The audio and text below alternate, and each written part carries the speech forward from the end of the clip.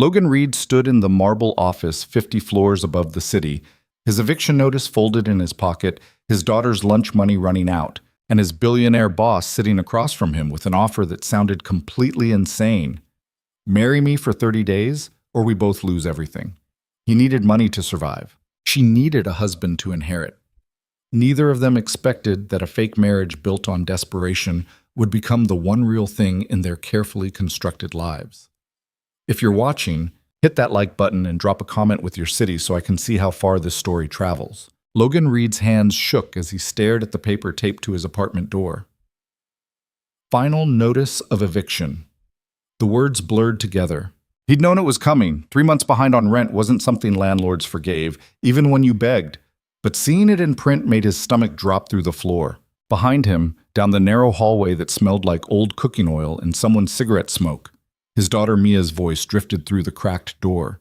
She was singing something off-key, probably that cartoon theme song she'd been obsessed with all week. 6 years old, and she had no idea how close they were to being on the street. Logan pulled the notice down, folded it into his jacket pocket next to the other piece of paper he'd been carrying for 2 days. A medical bill for Mia's last emergency room visit when she'd spiked a fever that wouldn't break, $4,000 they didn't have. He pushed open the door. Mia sat cross-legged on the couch, still in her school uniform, coloring in a book that was more scribbles than actual pictures. When she saw him, her whole face lit up. "Daddy, you're home early!" "Yeah, kiddo." He forced a smile and dropped his keys on the counter that separated their tiny kitchen from the living room. The apartment wasn't much. One bedroom that Mia slept in while he took the couch, a bathroom with a toilet that ran constantly, a kitchen where half the cabinets didn't close right. But it was theirs, or it had been. "How was school?" "Ishi pasas chanskin." "Good. We made paper flowers, and Miss Andrea said mine was the prettiest." She held up a crumpled tissue paper flower that looked like it had been through a war. "It's beautiful, sweetheart." She beamed at him, then went back to her coloring. Logan watched her for a moment, his chest tight. She looked so much like her mother it hurt sometimes. Same dark curls, same bright eyes that saw the world like it was full of possibilities instead of problems. Sarah had been gone for 4 years now. Cancer, fast and brutal. And most days Logan still didn't know how to do this alone. He opened the fridge. 2 eggs. Half a carton of milk that was probably a day away from going bad. A packet of cheese slices. He could make her grilled cheese for dinner, maybe scramble the eggs for breakfast tomorrow, and then nothing. His paycheck wasn't due for another week, and even when it came, it wouldn't be enough. It was never enough. Working as a logistics coordinator for Sterling Global paid better than his last 3 jobs combined, but in a city like this, better didn't mean good.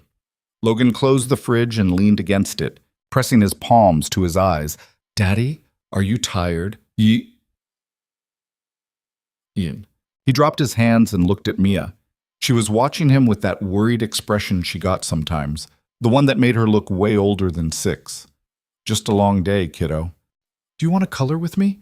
It makes me feel better when I'm tired." His throat burned. "Maybe later, okay?" She nodded, but he could see the disappointment in her face before she turned back to her book. Logan's phone buzzed in his pocket. He pulled it out and saw a message from his boss's assistant. "Ms. Sterling requests a meeting tomorrow morning." 9 a.m. Her private office. Do not be late. His stomach twisted. In the 6 months he'd worked for Sterling Global, he'd never been summoned to Ava Sterling's office. Nobody got summoned there unless something was seriously wrong. He'd heard stories. People going in and coming out unemployed, people being reassigned to roles so far beneath them, it was basically a public humiliation, people just disappearing from the company altogether. Logan scrolled back through his emails, looking for anything he might have screwed up. A missed deadline, a miscommunication with a client, anything that would explain why the CEO of a multi-billion-dollar empire would want to see him personally. He found nothing, which somehow made it worse. "Daddy, I'm hungry." Logan shoved his phone back in his pocket. "All right, let's see what we can make." The next morning, Logan stood outside Sterling Global's headquarters at 8:45, staring up at the tower of glass and steel that stretched into the gray sky. It was the kind of building that made you feel small just looking at it, sleek, modern, intimidating as hell. He'd been working here for half a year and he still felt out of place every time he walked through the doors. Inside, the lobby was all polished marble and expensive lighting, the kind of space where even your footsteps sounded too loud. Logan crossed to the elevators, nodded at the security guard who waved him through, and pressed the button for the 50th floor. The ride up felt like it took forever. When the doors opened, he stepped into a reception area that looked like something out of a magazine. Floor-to-ceiling windows overlooked the city. The furniture was minimalist and probably cost more than his car, and the woman sitting behind the desk looked like she could end your career with a single glance. "Logan Reed," he said. "I have a meeting with Ms. Sterling." The woman didn't even look up from her computer. "She's expecting you. Go ahead." Logan walked past her, down a hallway lined with abstract art that he didn't understand, and stopped in front of a set of double doors. He took a breath, knocked twice, and waited. "Come in." The voice was clipped, authoritative, and unmistakably Ava Sterling. Logan pushed open the door. The office was massive. One entire wall was windows, giving a view of the city that made you feel like you were floating. The rest of the space was clean, organized, expensive, nothing out of place. Nothing personal except for a single framed photo on the desk that Logan couldn't see from where he stood. And behind the desk sat Ava Sterling herself. Logan had seen her before, of course. You didn't work for Sterling Global without knowing what the CEO looked like. She showed up in business magazines, at charity events, occasionally on the news when the company made some major acquisition or launched a new initiative. But seeing her in person was different. She was 30, though she carried herself like she'd been running companies for decades. Dark hair pulled back in a way that looked effortless but probably wasn't. Sharp features, eyes that didn't miss anything. She wore a gray suit that was tailored perfectly, and when she looked up at him, Logan felt like she could see straight through him. "Mr. Reed," she said, "sit down." Logan sat. Ava folded her hands on the desk and studied him for a moment. The silence stretched out, uncomfortable and deliberate. "Do you know why you're here?" she asked finally. "No, ma'am." "Well, you've been with the company for 6 months, logistics coordination. Your performance reviews are average. Not exceptional, but not problematic either." She tilted her head slightly. "You're unremarkable, Mr. Reed, which in this case is exactly what I need." Logan blinked. "I'm sorry, I'm going to offer you a job," Ava said, cutting him off. "It's temporary. 30 days. The pay is $1 million. Logan's brain stalled out. What? $1 million, Ava repeated like she was talking about the weather. "Paid in full at the end of the 30 days, assuming you fulfill the terms of the contract." Logan stared at her. "What kind of job pays $1 million for 30 days? Cartet." Ava leaned back in her chair. "The kind that requires discretion, commitment, and a willingness to lie to almost everyone you know." My father died 8 months ago," Ava said. Her voice didn't change, but something flickered in her eyes. "He left me controlling interest in Sterling Global under one condition. I had to be married within a year of his death, and I had to remain married for at least 30 days, or the company would pass to my younger brother." Logan just stared at her. "The deadline is in 2 weeks," Ava continued. "I don't have time to meet someone, fall in love, and plan a wedding. I need a husband. You need money. This is a transaction." Logan's mouth was dry. "You want me to marry you." "For 30 days. After that, we divorce quietly, and you walk away with enough money to solve whatever financial problems are currently keeping you awake at night." Ava's gaze was steady, unreadable. "I've had you vetted, Mr. Reed. You're in debt. You're behind on rent. You have a daughter who deserves better than what you can currently provide. This is your way out." Logan felt like the room was tilting. "Why me?" "Because you're nobody," Ava said bluntly. "You're not connected to my social circle. You're not someone the board knows. You're not going to run to the press the moment this is over. And most importantly, you're desperate enough to say yes." It should have been insulting. It probably was insulting, but Logan couldn't argue with any of it. "This is insane," he said. "This is business.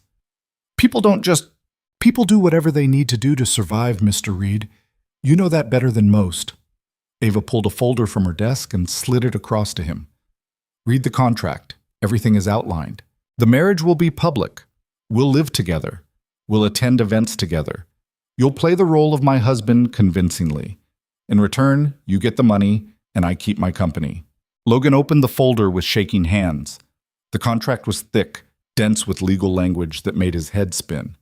He caught phrases here and there: public appearances, cohabitation requirement, non-disclosure agreement, financial compensation upon completion. "What if someone finds out?" he asked. "They won't. Not if we're careful. And if they do," Ava's expression hardened, "then we both lose everything. I lose the company, you lose the money, and your financial situation, which is already precarious, becomes significantly worse." Logan looked down at the contract. $1 million, 30 days. He thought about the eviction notice, the medical bills, Mia's face when he'd told her they couldn't afford the field trip her class was taking next month. "I need to think about it," he said. "You have until 5 p.m. today." Ava stood, signaling the meeting was over. "If you agree, we'll begin immediately. If you don't, this conversation never happened, and you go back to your unremarkable life." Logan stood, the folder still in his hands. "Mr. Reed," Ava said as he reached the door. He turned back. "I'm not offering you this because I like you. I'm offering it because I'm out of options. If you say yes, I expect you to take this seriously. If you say no, I'll find someone else. Either way, I will not lose my company." Logan nodded and left. He spent the rest of the day in a daze. At his desk, pretending to work, he kept opening the folder and staring at the contract. The numbers swam in front of his eyes. $1 million. 30 days. Marry Ava Sterling. Pretend to be in love with a woman he didn't know. Lie to everyone. It was insane. It was also the only way out he had. By 4 p.m., he'd read the contract 3 times and still wasn't sure what to do. He kept thinking about Mia, about the eviction notice, about the way his daughter had looked at him last night when she asked if he was tired. At 4:45, his phone rang. Unknown number. "Hello? Mr. Reed, this is Ava Sterling's assistant. Ms. Sterling needs your answer." Logan looked at the clock. "I have until 5. She's asking now." Logan closed his eyes. He thought about Mia's school, about the medical bills, about the way he'd been scrambling for months just to keep their heads above water. He thought about the eviction notice folded in his pocket. "Tell her yes," he said. There was a pause on the other end. "Understood. Ms. Sterling will send a car to your address at 7 p.m. Be ready." The line went dead. Logan sat there staring at his phone, wondering what the hell he'd just agreed to. The car that pulled up outside his apartment at 7 p.m. was the kind of car Logan had only ever seen in movies. Black, sleek, expensive enough that people on the street stopped to stare as it idled at the curb. Logan had spent the last 2 hours trying to figure out what to tell Mia. He'd settled on a version of the truth that wasn't quite a lie. "I have to go to a work meeting," he'd told her while Mrs. Chen, the neighbor who sometimes watched Mia when Logan was desperate, sat on the couch looking mildly curious. "I'll be back late." "Be good for Mrs. Chen, okay?" "Okay, Daddy." Mia had hugged him, and Logan had held on a little longer than usual. Now, sitting in the back of the town car as it glided through the city, Logan felt like he was in someone else's life. The driver didn't talk. Soft music played through the speakers. Outside, the city blurred past, lights and people and buildings that got taller and shinier the farther they drove. They pulled up in front of a building that made Logan's apartment complex look like a cardboard box. Glass and steel and a doorman who opened the car door like Logan was somebody important. "Ms. Sterling is expecting you," the doorman said. "Penthouse level." Logan stepped into a lobby that was nicer than most hotels and took the elevator up. The ride was smooth, silent, and when the doors opened, he stepped directly into an apartment that took up the entire floor. Ava was waiting for him. She changed out of her suit and into something more casual, dark jeans, a white blouse, but she still looked like she belonged in a magazine. The apartment around her was stunning. Floor-to-ceiling windows with a view of the entire city, furniture that looked expensive and uncomfortable, art on the walls that Logan didn't understand but assumed cost more than his yearly salary. "Mr. Reed," Ava said. "Come in." Logan stepped inside and the elevator doors closed behind him. "We need to go over the details," Ava said, walking toward the living area. "Starting tonight, you'll be living here.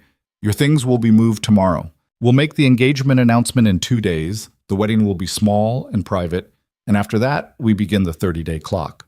Wait, Logan said. Tonight? I can't just... You signed the contract. You agreed to the terms. I have a daughter, Logan said, his voice sharper than he meant it to be. I can't just disappear. Ava turned to look at him, and for the first time, something like surprise crossed her face. You have a daughter? Yes, Mia. She's 6, and I'm not leaving her. Ava was quiet for a moment. The contract requires us to live together. Then she comes with me. That's not... Ava stopped. She seemed to be doing some kind of mental calculation. That will complicate things. I don't care. She's not negotiable. Ava studied him for a long moment, and Logan forced himself to hold her gaze. He'd agreed to this insane arrangement, but he wasn't going to abandon his daughter to make it easier. Fine, Ava said finally. She can stay here, but she'll need her own room, and we'll need to establish some ground rules. She gets the room next to mine, Logan said, and the ground rules are that she doesn't get dragged into this mess. She doesn't find out this is fake. As far as she knows, this is real.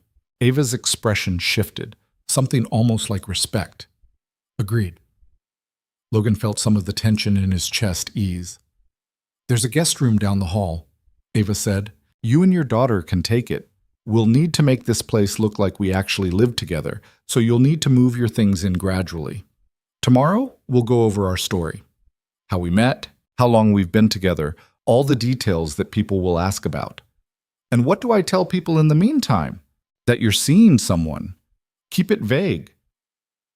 Ava walked to the window, looking out at the city. The engagement announcement will be public. After that, your life will change significantly. People will recognize you. The press will be interested. You'll need to be prepared for that. Logan thought about his tiny apartment, his beat-up car, the way he'd been invisible his entire adult life. I don't know if I can do this, he said quietly. Ava turned to look at him. You already said yes. I know, but I don't. Logan ran a hand through his hair. I'm not good at lying. I don't know how to be someone I'm not. You don't have to be someone you're not, Ava said. You just have to be my husband. In public, we're affectionate.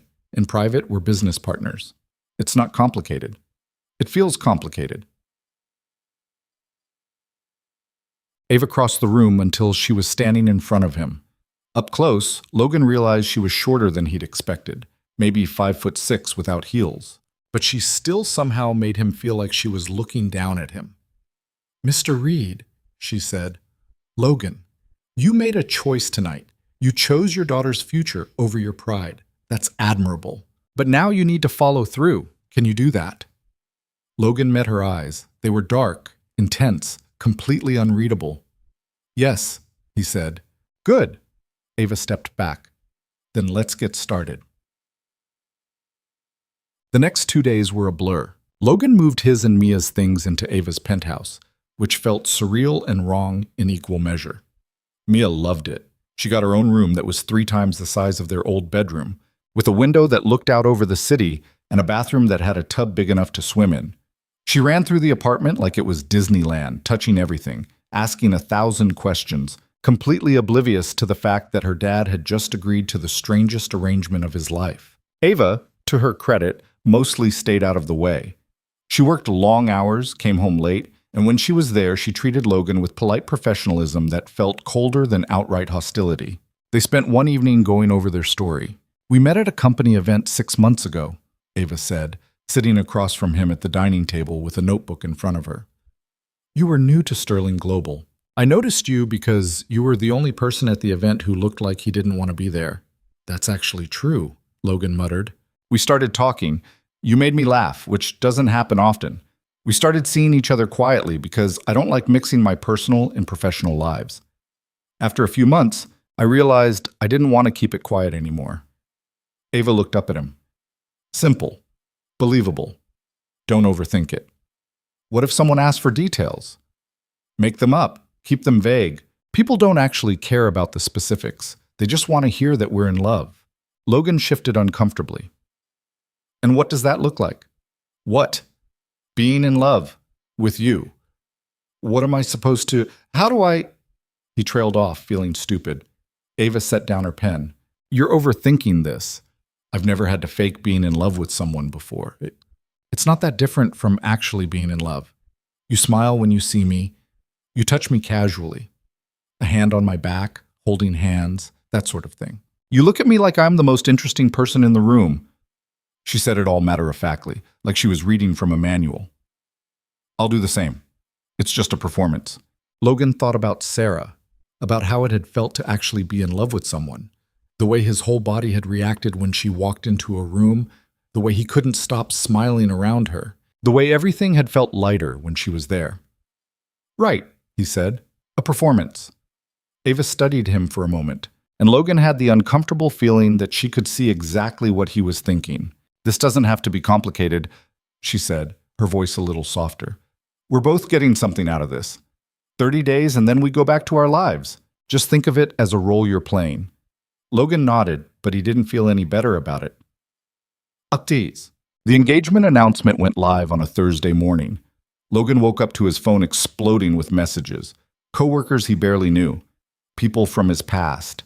His sister, who he hadn't talked to in 3 months, sending a string of all-caps texts demanding to know what the hell was going on. Logan, are you serious? You're engaged to Ava Sterling? Call me right now. Logan sat on the edge of the bed in the guest room of Ava's penthouse and stared at his phone like it was a bomb. A knock on the door.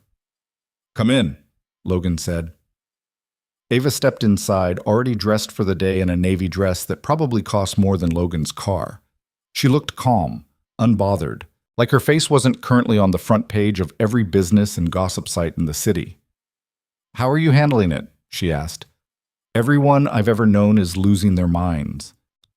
That's normal. It'll calm down in a few days. And if they ask questions I can't answer, and stick to the story. Don't elaborate. If someone pushes, tell them it's private and you'd rather not discuss it. Ava crossed her arms. You'll be fine. Logan looked down at his phone. Another text from his sister. What about your family? He asked. Do they know this is... My family knows I'm getting married, Ava said, cutting him off. They don't need to know anything else.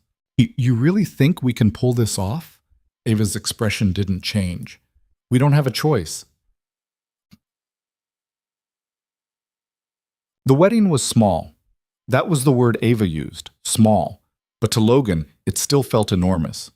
They got married in a private room at a hotel that looked like a palace, with an officiant who clearly knew this wasn't a normal wedding, but was being paid enough not to care.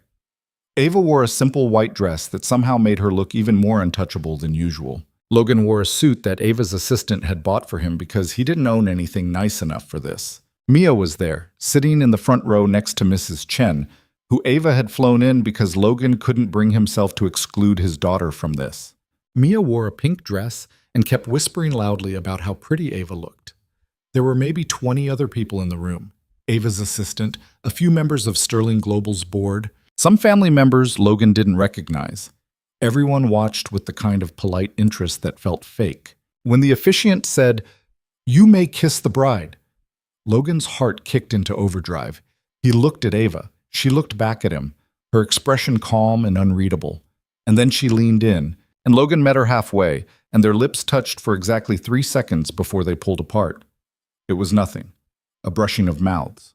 Completely mechanical. But Logan's heart was pounding anyway. The room applauded politely. Mia cheered. And just like that, Logan Reed was married to a woman he barely knew for reasons that had nothing to do with love. The first week of living as Ava's husband was the strangest week of Logan's life.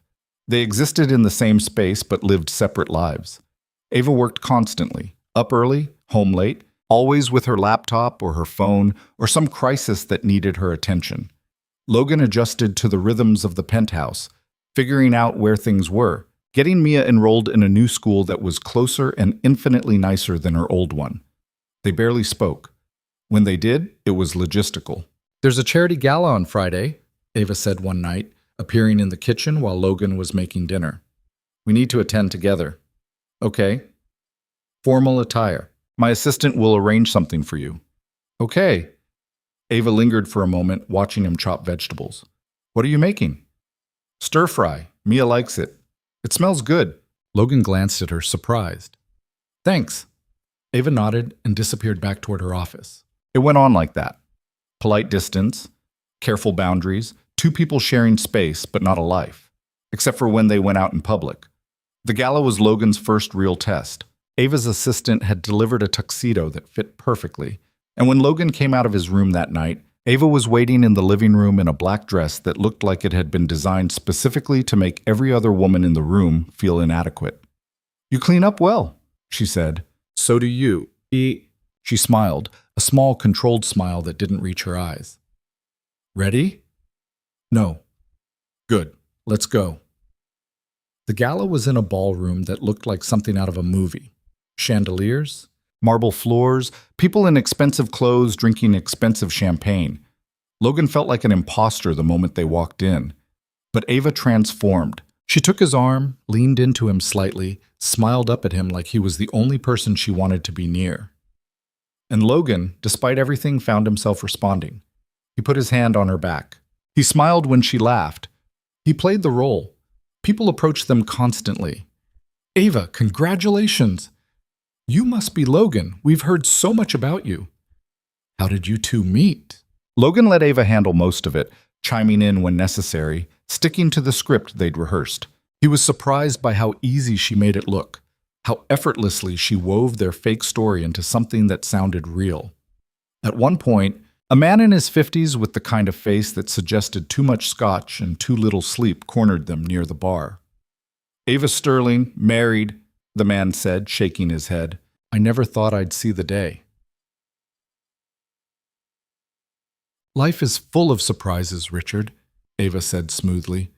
Richard turned his attention to Logan. "And you're the lucky man." "What do you do, Logan?" "I work in logistics coordination," Logan said. Richard's eyebrows went up. "For Sterling Global?" "That's right." "Interesting." Richard's smile didn't reach his eyes. "And how long have you two been together?" 6 months, Ava said, slipping her hand into Logan's. "We kept it quiet at first, but eventually we realized there was no point in hiding." Richard looked between them, his expression skeptical. "Well, congratulations. I'm sure your father would be thrilled, Ava." Ava's smile tightened. "Thank you, Richard."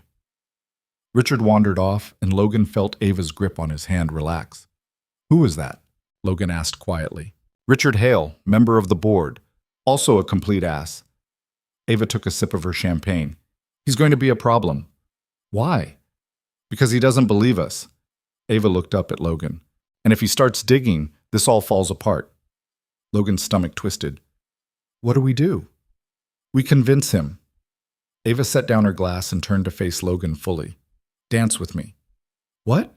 "People are watching. Richard is watching. We need to look like we're actually in love."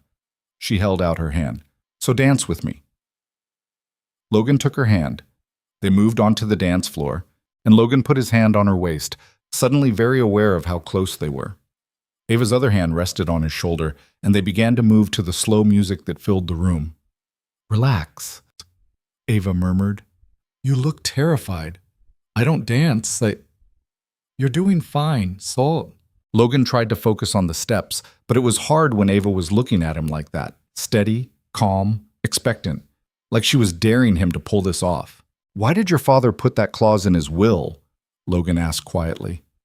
Ava's expression flickered. "Because he thought I needed someone to keep me grounded. He thought running a company alone would destroy me." "And you think it won't?" "I think I'm perfectly capable of running Sterling Global without a husband." Her voice was sharp. "But my father didn't agree. So here we are." Logan looked down at her. "You really loved him." "Of course I did. He was my father." "But you're still angry at him." Ava's jaw tightened. "This isn't therapy, Logan. I know, but if we're going to convince people we're married, maybe we should actually know each other." Ava was quiet for a moment. The music swelled around them, and Logan felt her hand tighten slightly on his shoulder. "My father built this company from nothing," she said finally. "He gave me everything, and then, at the end, he made me prove that I deserved it. Yes, I'm angry, but I'm also not going to let him down." Logan nodded. He understood that. The need to prove yourself. The weight of someone else's expectations. "For what it's worth," he said, "I think you'll be fine, with or without a husband." Ava looked up at him, and for the first time since this whole thing started, her expression softened. "Thank you," she said quietly. They finished the dance in silence, and when they left the gala an hour later, Logan realized something had shifted. Not much, but enough that the distance between them felt a little less vast. Living with Ava Sterling was like living with a ghost who occasionally materialized to remind you she existed. The penthouse was big enough that they could go entire days without crossing paths. Ava left for work before Logan woke up most mornings, came home after Mia was asleep, and spent weekends locked in her home office taking calls and answering emails. Logan fell into a routine, getting Mia ready for school, picking her up in the afternoons, cooking dinner that he and his daughter ate alone at the massive dining table while Ava worked through whatever crisis was consuming her attention that day. It should have been easy. Two strangers coexisting in the same space, maintaining the illusion for the outside world while living separate lives behind closed doors. Except it wasn't that simple, because Mia, in her 6-year-old wisdom, had decided that Ava was the most fascinating person she'd ever met. "Why doesn't Ava eat dinner with us?" Mia asked one night, pushing her chicken around her plate. "She's busy with work, kiddo. But she lives here." "I know. Does she not like us?" Logan's chest tightened. "Of course she likes us. She's just very busy." Mia frowned, unconvinced. "When I grow up, I'm not going to be too busy for dinner." Logan reached over and squeezed her hand. "That's a good plan."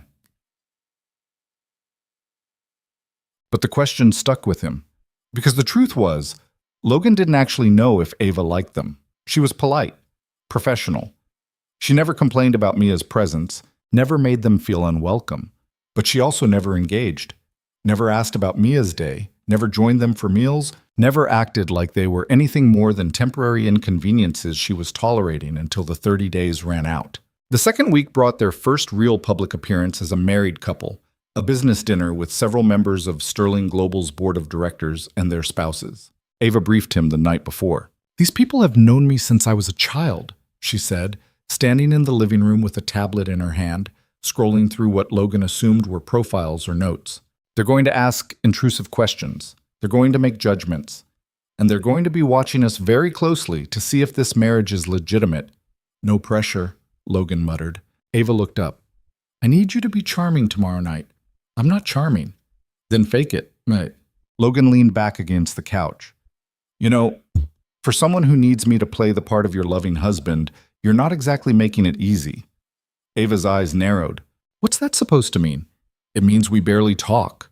We don't eat meals together. We don't do anything that normal married couples do. And you expect me to just turn it on when we're in public?" "Well, that's exactly what I expect. That's what you agreed to." "I agreed to pretend to be your husband, but it's hard to pretend when I don't actually know anything about you." Ava set down her tablet. "What do you want to know?" "I don't know. Anything. Your favorite food. What you do when you're not working. Why you hate your brother so much." "I don't hate my brother." Ava said. She was quiet for a long moment. Then she sighed and sat down in the chair across from him.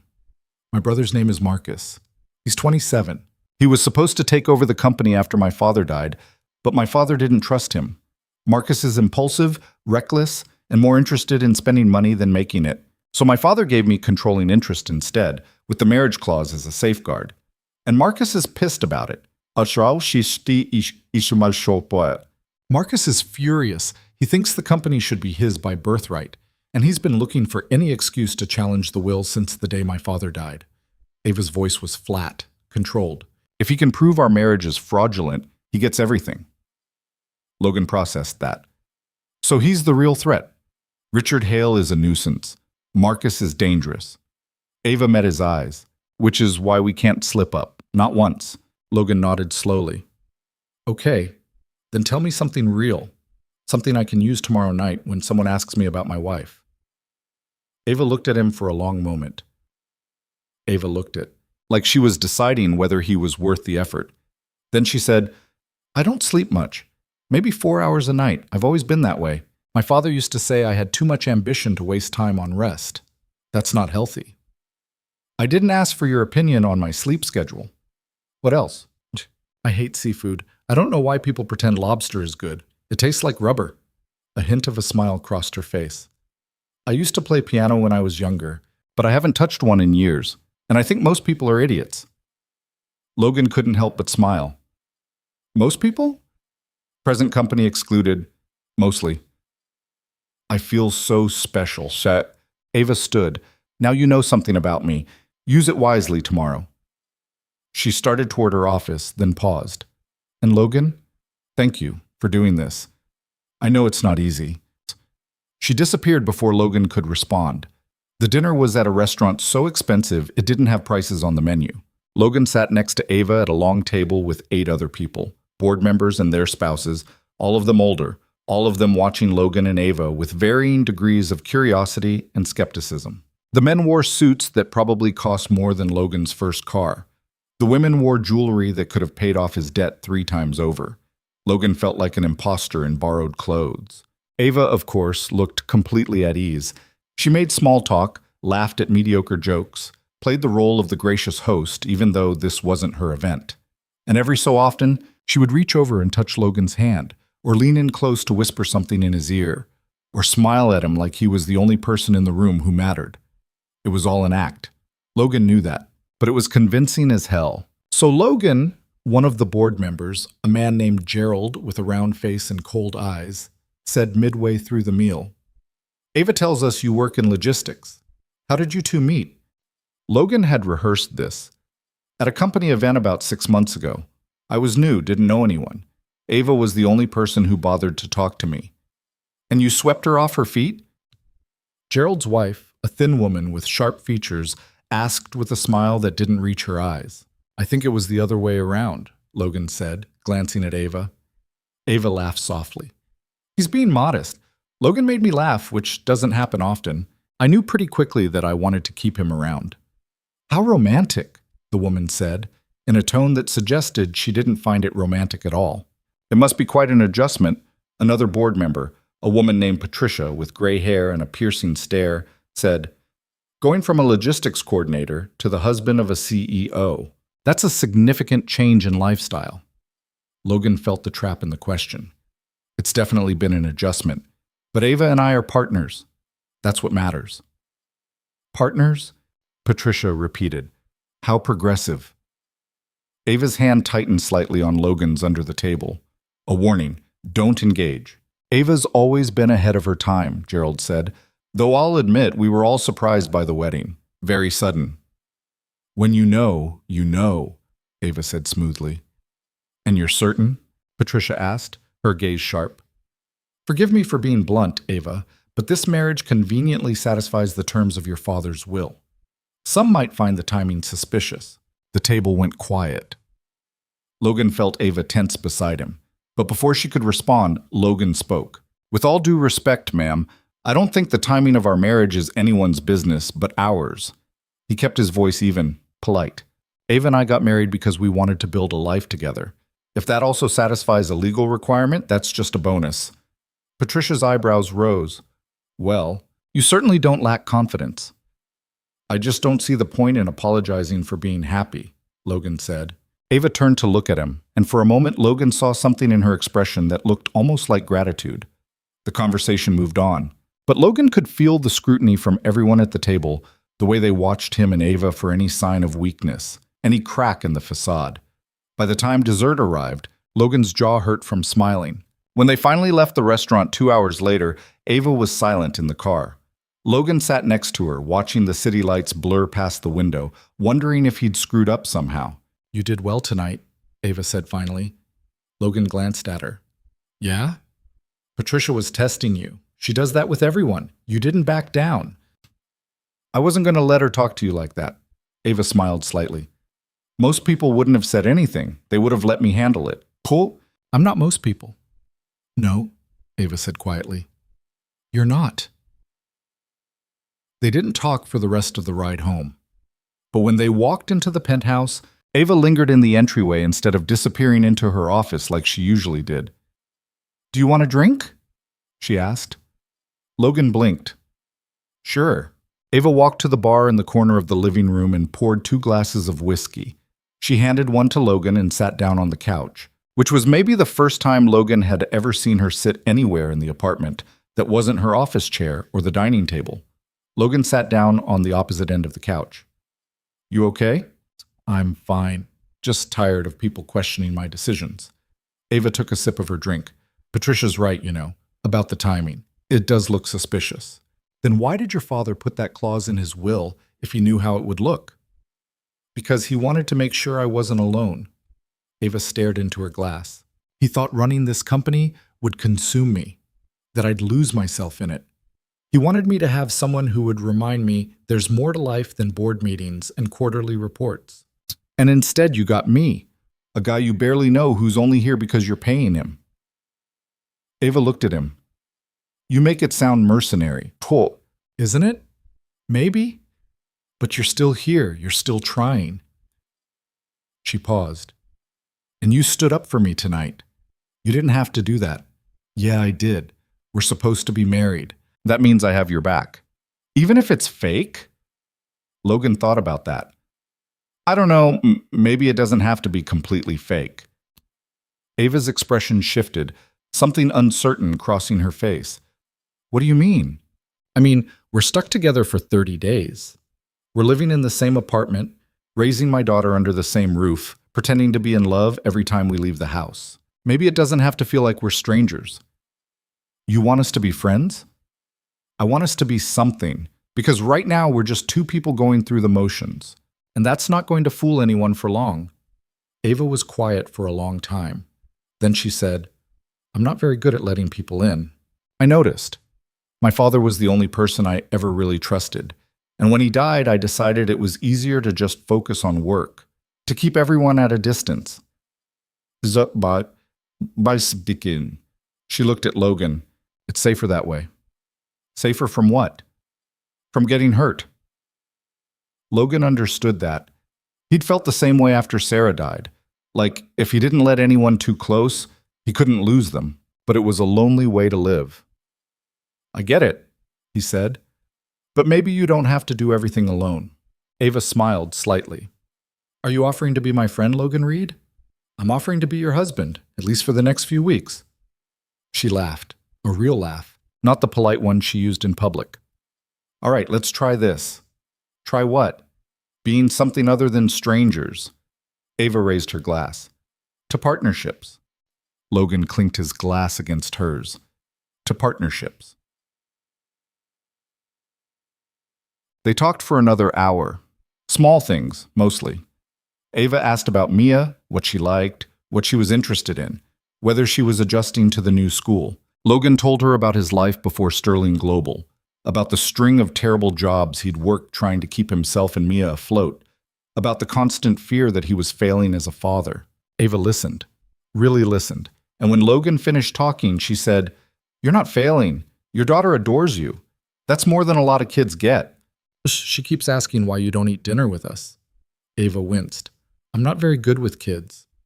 You don't have to be good with them. You just have to show up. Is that an invitation? It's a standing offer. Ava nodded slowly. I'll think about it. The next night, Ava came home at 6:30 instead of 9. Logan was in the kitchen making spaghetti when she walked in, still wearing her work clothes, but looking less exhausted than usual. Something smells good, she said. Logan turned around, surprised. You're home early. I thought I'd take you up on that standing offer. Ava glanced toward the living room, where Mia was sprawled on the floor, coloring. If the invitation still stands. Yeah, of course. Ava set her bag down and walked into the living room. Logan watched as she approached Mia, who looked up with wide eyes. Hi, Mia said. Hi, Ava replied. She hesitated, then sat down on the floor next to Mia. What are you drawing? A castle, see? That's the tower, and that's where the princess lives. It's very detailed. Daddy says I'm good at art. Are you good at art? Not really. I'm better with numbers. Mia considered this. That's okay. Not everyone can be good at art. Do you want to color with me? Ava glanced at Logan, who was trying not to smile. Sure, why not? For the next 15 minutes, Logan cooked dinner while Ava Sterling, CEO of a multi-billion-dollar company, sat on the floor coloring a castle with a 6-year-old. Mia chattered nonstop, asking Ava 1,000 questions about where she worked, what she did all day, whether she liked unicorns, and if she'd ever been to Disneyland. Ava answered every question with surprising patience. When dinner was ready, they all sat at the table together. Mia dominated the conversation, telling Ava about school and her friends and the field trip they were taking next week to the Science Museum. Ava asked follow-up questions. She even laughed a few times. Logan watched them, something warm settling in his chest. After dinner, Mia insisted that Ava read her a bedtime story. Ava looked panicked. I don't really... Please? Mia gave her the big-eyed look that Logan had never been able to resist.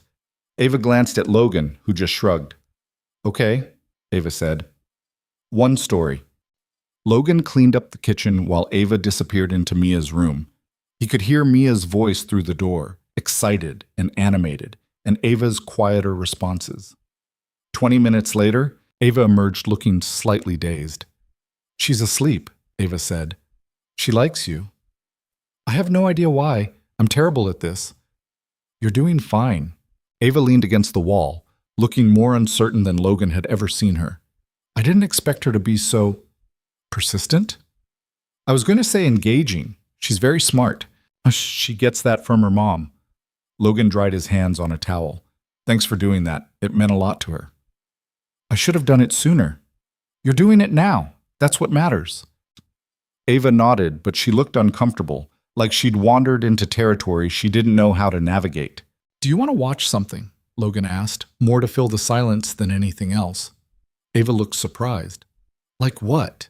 I don't know. A movie, TV show? Anything that doesn't involve work. I don't really watch TV. Of course you don't. Logan walked into the living room and picked up the remote. Well, tonight you do. Come on. Ava followed him, hesitant but curious. They sat on opposite ends of the couch, and Logan scrolled through options until he found a mindless action movie that required zero brainpower. They watched in comfortable silence. At some point, Ava kicked off her shoes and tucked her legs under her. At some point, Logan grabbed a blanket and threw half of it over her without thinking. She didn't pull away. When the movie ended, Ava turned to him. Thank you. For what? For tonight. For letting me be part of your life. Even if it's temporary. Logan looked at her. It doesn't have to feel temporary. Ava held his gaze for a long moment. Then she said, Good night, Logan. Good night, Ava. She stood and walked toward her bedroom, and Logan sat there thinking that maybe, just maybe, this arrangement was starting to feel less like a transaction and more like something real. The next morning, Logan woke up to the sound of voices in the kitchen. He stumbled out of his room, still half asleep, and found Ava sitting at the counter with a cup of coffee while Mia sat next to her eating cereal and talking animatedly about something. And then the caterpillar ate through 5 oranges and he was still hungry, Mia was saying. That's a lot of oranges, Ava said, completely serious. I know. That's why he got a stomachache. Logan stopped in the doorway, not wanting to interrupt. Ava looked up and saw him. Good morning. Morning. Logan walked over and poured himself coffee. You're up early. I have a meeting at 8. I thought I'd have breakfast with Mia before I left. Mia beamed. Ava knows about the hungry caterpillar now. I can see that. Ava stood, checking her watch. I should go, but I'll be home for dinner tonight, if that's okay. Yeah, Logan said. That's okay. Ava smiled, a small, genuine smile, and left. Mia turned to Logan, her eyes wide. Daddy, I really like Ava, child. Yeah, kiddo. Me too. The problem started on a Tuesday. Logan was at the grocery store with Mia when his phone rang. Unknown number. Hello? Mr. Reed, this is Diane from Sterling Global's PR team. We have a situation. Logan's stomach dropped. What kind of situation? There are photos circulating online of you and Ms. Sterling at the charity gala 2 weeks ago. Someone's questioning the authenticity of your relationship. Who? We're working on identifying the source, but the photos are being picked up by several gossip sites and the narrative is gaining traction. Ms. Sterling needs you to come to the office immediately. Logan looked at Mia, who was trying to reach a box of cookies on a high shelf. I have my daughter with me. Bring her. This can't wait. The line went dead. Logan paid for their groceries in a daze and drove to Sterling Global with Mia chattering in the back seat, oblivious to the fact that their entire arrangement might be falling apart. At the office, Ava's assistant ushered them into a conference room where Ava was already waiting, surrounded by 3 people Logan didn't recognize. She looked tense, her jaw tight, her eyes sharp. "Logan," she said, "this is Diane, Martin, and Joshua, our PR and legal teams." "Whoa." Logan nodded at them, still holding Mia's hand. Diane pulled up a tablet and showed Logan a series of photos. Him and Ava at the gala, dancing, talking, standing together. In some of the photos, they looked natural, comfortable. In others, they looked stiff, mechanical. And someone had circled those moments in red. "Body language experts are analyzing these," Diane said. "They're pointing out inconsistencies, moments where you two don't look like a real couple." "That's ridiculous," Logan said. "Maybe, but it's getting attention, and someone's pushing this narrative hard. We think it's coming from inside the company." "Marcus," Ava said quietly. Everyone in the room went silent. "You think your brother is behind this?" Martin, the lawyer, asked. "Who else would benefit from discrediting our marriage?" Ava looked at Logan. "He's been looking for an opening, and now he's found one." "What do we do?" Logan asked. Diane leaned forward. "We need to flood the narrative with positive content. More public appearances, more photos, more evidence that this relationship is real." "Like what?" "A vacation, something intimate. Photos of you two looking happy, relaxed, in love. We'll leak them to the press ourselves, control the narrative." Logan looked at Ava. "You want us to take a fake vacation?" "Whoa. I want us to take a real vacation that happens to be photographed," Ava said. "A weekend, somewhere close. We'll bring Mia. Make it look like a family trip." "Ava, we don't have a choice." "Logan, if Marcus successfully challenges this marriage, I lose everything, and you lose your payout." Logan looked down at Mia, who was sitting quietly in a chair, swinging her legs and humming to herself, completely unaware of the stakes. "All right," he said. "Let's do it." They left for the coast that Friday. Ava's assistant had arranged everything: a house on the beach, a private stretch of sand, a photographer who would accidentally capture them looking like the perfect family. The drive took 3 hours. Mia fell asleep in the back seat halfway through, and Logan and Ava sat in the front in silence, both lost in their own thoughts. "Are you okay?" Logan asked finally. "I'm fine." "You don't look fine." Ava sighed. "I hate that my brother is doing this. I hate that he's forcing us to put on an even bigger show. And I hate that part of me is worried it's not going to be enough." "It'll be enough." "You don't know that." "No, but I'm choosing to believe it anyway." Ava glanced at him. "Why?" "Because the alternative is giving up. And I don't think you're the type to give up." Ava smiled slightly. "You're right, I'm not." The beach house was beautiful, modern, spacious, with floor-to-ceiling windows that looked out over the ocean. Mia woke up as they pulled into the driveway and immediately started bouncing with excitement. "We're at the beach! Daddy, can we go swimming?" "After we unpack, kiddo." "We..." Boys. They spent the afternoon on the sand. Mia built a sandcastle, while Logan and Ava sat nearby, pretending to relax while the photographer captured them from a distance. It felt surreal, performing intimacy for a camera while trying to actually enjoy the moment. But something strange happened as the day went on. Logan stopped thinking about the photographer. He stopped worrying about how they looked. He just watched Mia play, felt the sun on his face, listened to Ava laugh when Mia insisted she help with the sandcastle's moat. At one point, Mia ran up to them, covered in sand, and grabbed both their hands. "Come see, it's done." Logan and Ava let themselves be dragged over to the sandcastle, which was lopsided and half-collapsed but still somehow impressive. "It's beautiful," Ava said. "It's the best castle I've ever made," Mia declared. Then she looked at Logan and Ava seriously. "You have to live in it together. You're the king and queen." Logan laughed. "I don't think we'll fit." "Pretend," Mia insisted. So they pretended. They knelt next to the sandcastle, and Ava put her hand on Logan's shoulder, and Mia took a photo with Logan's phone, delighted. And in that moment, Logan realized something. It didn't feel like pretending anymore. That night, after Mia was asleep in her room, Logan and Ava sat on the deck overlooking the ocean. The photographer was long gone. It was just the two of them, a bottle of wine between them, and the sound of waves crashing against the shore. "Today was nice," Ava said. "Yeah, it was." "Mia's lucky to have you." Logan looked at her.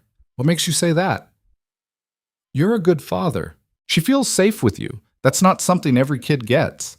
"I'm just trying not to screw it up." "You're not screwing it up." Ava took a sip of wine. "I never wanted kids. I always thought it would get in the way of my career. But watching you with Mia, it makes me wonder what I'm missing." "It's terrifying," Logan said honestly. "Every day I'm terrified I'm doing something wrong, that I'm not enough, that she's going to grow up and realize I had no idea what I was doing. But you show up anyway." "Because I don't have a choice. She's my daughter. She's everything." Ava was quiet for a moment. Then she said, "My father used to say that the hardest decisions are the ones worth making. I never understood what he meant until now." "Mumka." "What do you mean?" "I mean, this whole thing, this arrangement, it should have been simple. 30 days, get the money, go our separate ways. But it's not simple, because you and Mia are real, and I didn't expect that." Logan's heart was pounding. "Ava, I'm not saying I regret it," she said quickly.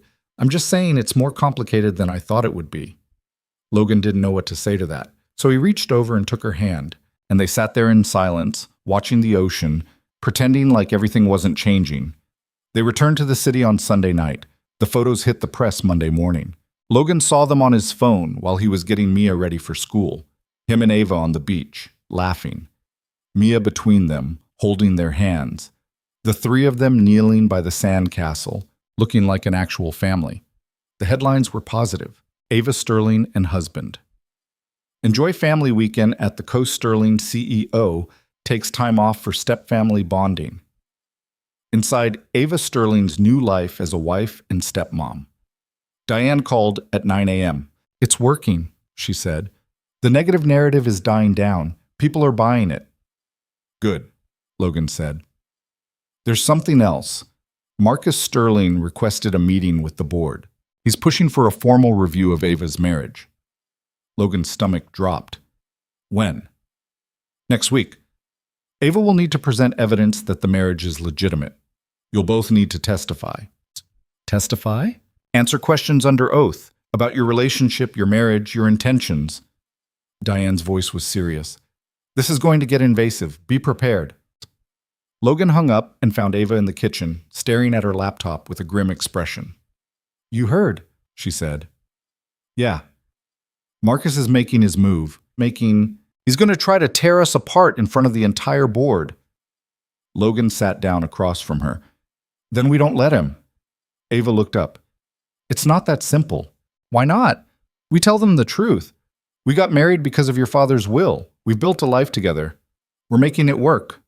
What else do they need?" "They need to believe we're in love," Ava said quietly. "And I don't know if we can fake that under oath." Logan held her gaze. "Who says we'd be faking?" Ava's expression shifted, something vulnerable and uncertain crossing her face. "Logan, I'm not saying I'm in love with you," Logan said quickly. "But I'm saying this doesn't feel fake anymore, does it?" Ava was quiet for a long time. Then she said, "No, it doesn't." They stared at each other across the table, the weight of that admission hanging between them. And Logan realized that somewhere in the last 2 weeks, something had fundamentally shifted. This wasn't just an arrangement anymore. This wasn't just a transaction. This was real. And that terrified him more than anything Marcus Sterling could throw at them. The board meeting was scheduled for Thursday at 2 p.m., which gave Logan and Ava exactly 5 days to prepare for what felt like a trial.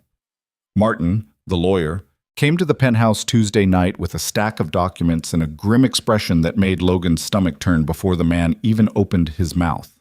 "They're going to ask everything," Martin said, spreading papers across the dining table. "How you met, when you knew you were in love, intimate details about your relationship. They'll be looking for inconsistencies, hesitations, anything that suggests this marriage isn't legitimate." Ava sat perfectly still, her hands folded on the table. "What kind of intimate details?" "Where you sleep. How often you're physically affectionate. Whether you share finances, whether you've discussed a future together beyond the 30-day requirement. Martin looked between them. They're going to try to trip you up. And if they succeed, Marcus will have grounds to challenge the will. So we need our story straight, Logan said. You need more than that. You need to convince a room full of skeptical executives that you're genuinely in love. Martin pulled out a legal pad. Let's start with the basics. Where do you sleep? Ava glanced at Logan. We have separate bedrooms. Martin's pen stopped moving. That's a problem. Why? Plenty of married couples sleep separately. Not couples who've been married for 2 weeks. Martin leaned forward. If they ask where you sleep and you say separate rooms, they're going to assume the marriage is a sham. So we lie, Logan said. You can't lie under oath, but you can be strategic with the truth. Martin looked at Ava. Starting tonight, one of you needs to move into the other's room. Make it look like you share a bed. If anyone asks, you've been sleeping together since the wedding. Ava's jaw tightened. This is invasive. This is necessary. Marcus is going to push every boundary he can. You need to be prepared. They spent the next 2 hours going over potential questions, crafting answers that were technically true but carefully worded. By the time Martin left, Logan's head was spinning, and Ava looked exhausted. I'll move my things into your room, Logan said once they were alone. Ava turned to look at him. You don't have to. Yeah. Yes, I do. Martin's right. If we're going to pull this off, we need to make it believable. Logan stood up. I'll take the couch in your room. You keep the bed. We'll figure it out. Ava nodded slowly. Okay, chamashako. Logan moved his clothes into Ava's bedroom that night while she worked in her office. The room was huge, bigger than Logan's entire old apartment, with a king-sized bed, a sitting area, floor-to-ceiling windows, and a bathroom that looked like something out of a spa. Everything was pristine, organized, impersonal. The only hint that someone actually lived there was a photo on the nightstand of Ava with an older man Logan assumed was her father. He piled his things in the closet, trying not to feel like he was invading her space, and set up a makeshift bed on the couch near the window. When Ava came in an hour later, she stopped in the doorway and looked at the couch setup. That's not going to be comfortable, she said. I've slept in worse places. Logan, the bed is big enough for both of us. And if someone comes in here, my assistant, my housekeeper, anyone, it needs to look like we're actually sharing it. Logan's heart kicked up. You want me to sleep in the bed with you? I want us to make this convincing. Ava crossed her arms. We're adults. We can share a bed without it being weird. Logan wanted to argue that it was absolutely going to be weird, but he couldn't come up with a good reason why. So he moved his pillows from the couch to the far side of the bed and tried not to think about how strange this whole situation had become. That first night was awkward as hell. They got ready for bed in silence, moving around each other carefully, like they were afraid of accidental contact. Logan changed in the bathroom. Ava changed in the closet. When they finally got into bed, there was a solid 3 feet of space between them. Good night, Ava said, turning off the lamp on her side. Good night, Logan replied. They lay there in the dark, both of them clearly awake, neither of them acknowledging how bizarre this was. After what felt like an hour, Ava spoke. I can hear you thinking. Logan exhaled. Sorry. What are you thinking about? How we got here, how this became my life. Logan stared at the ceiling. 2 months ago, I was about to be evicted. Now I'm sleeping in a penthouse next to a billionaire CEO who I'm fake married to, preparing to testify under oath that we're in love. When you put it that way, it does sound insane. It is insane. Ava was quiet for a moment. Then she said, Do you regret it? No, I don't. Logan turned his head to look at her in the darkness. Do you? I don't know yet. Her voice was soft, uncertain. Ask me after Thursday. They fell asleep eventually, an ocean of expensive sheets between them. The next morning, Logan woke up first and realized that at some point during the night, that ocean had shrunk considerably. Ava was curled on her side facing him, still asleep, her hand resting on the mattress between them. They weren't touching, but they were close enough that Logan could hear her breathing, could see the way her face looked unguarded and younger when she wasn't putting on the CEO persona. He got up quietly and went to check on Mia, who was still asleep in a room surrounded by stuffed animals. By the time he came back, Ava was awake and sitting up in bed, checking her phone. "Morning," Logan said. "Morning." She glanced at him. "Sleep okay?" "Better than expected." "Good." Ava set down her phone. "I have meetings all day, but we should practice tonight. Mock questions. Martin's going to send over a list." "Okay." Ava stood and headed toward the bathroom, then paused. "Logan, thank you for doing this. I know it's not easy. We're in this together, remember?" She smiled slightly and disappeared into the bathroom. The next 2 days followed a pattern. Days spent apart. Logan with Mia, Ava at work. Evenings spent preparing for the board meeting, going over their story until Logan could recite it in his sleep. Nights in the same bed, the distance between them shrinking incrementally each time they woke up. By Wednesday night, Logan was exhausted and wired at the same time. They sat in the living room after Mia went to bed, going over Martin's questions one more time. "How did you know you wanted to marry Logan?" Martin had written. Ava had her answer memorized. "He made me feel like I didn't have to be perfect, like I could just be myself." "When did you realize you were in love with Ava?" Martin had written. Logan's answer was supposed to be something about the gala, about watching her navigate the room with confidence and grace. But when he opened his mouth, what came out was different. "When she sat on the floor and colored with my daughter," Logan said. "When she read Mia a bedtime story, even though she was terrified. When she showed up for dinner because Mia asked her to, even though it was the last thing she wanted to do." Ava stared at him. "That's not the answer we practiced." "I know, but it's true." "Logan, you asked when I realized I was in love with you. That's when. Not at the gala, not at the beach. When you showed up for my daughter." Ava's expression shifted, something vulnerable breaking through. "You're in love with me?" Logan's heart was hammering. "I don't know. Maybe. Does that screw everything up?" "I don't know," Ava said quietly. "Probably." They stared at each other across the coffee table, the weight of the admission hanging between them like something fragile and dangerous. "We should get some sleep," Ava said finally. "Tomorrow's going to be brutal."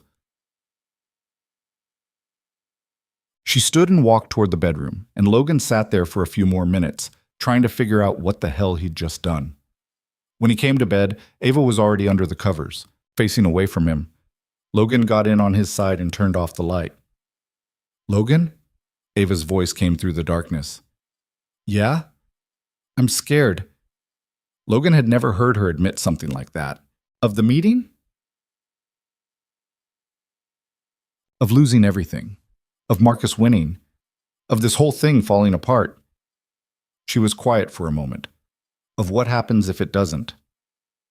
Logan didn't know what to say to that, so he reached across the space between them and found her hand in the darkness. She held on tight. Thursday morning came too fast.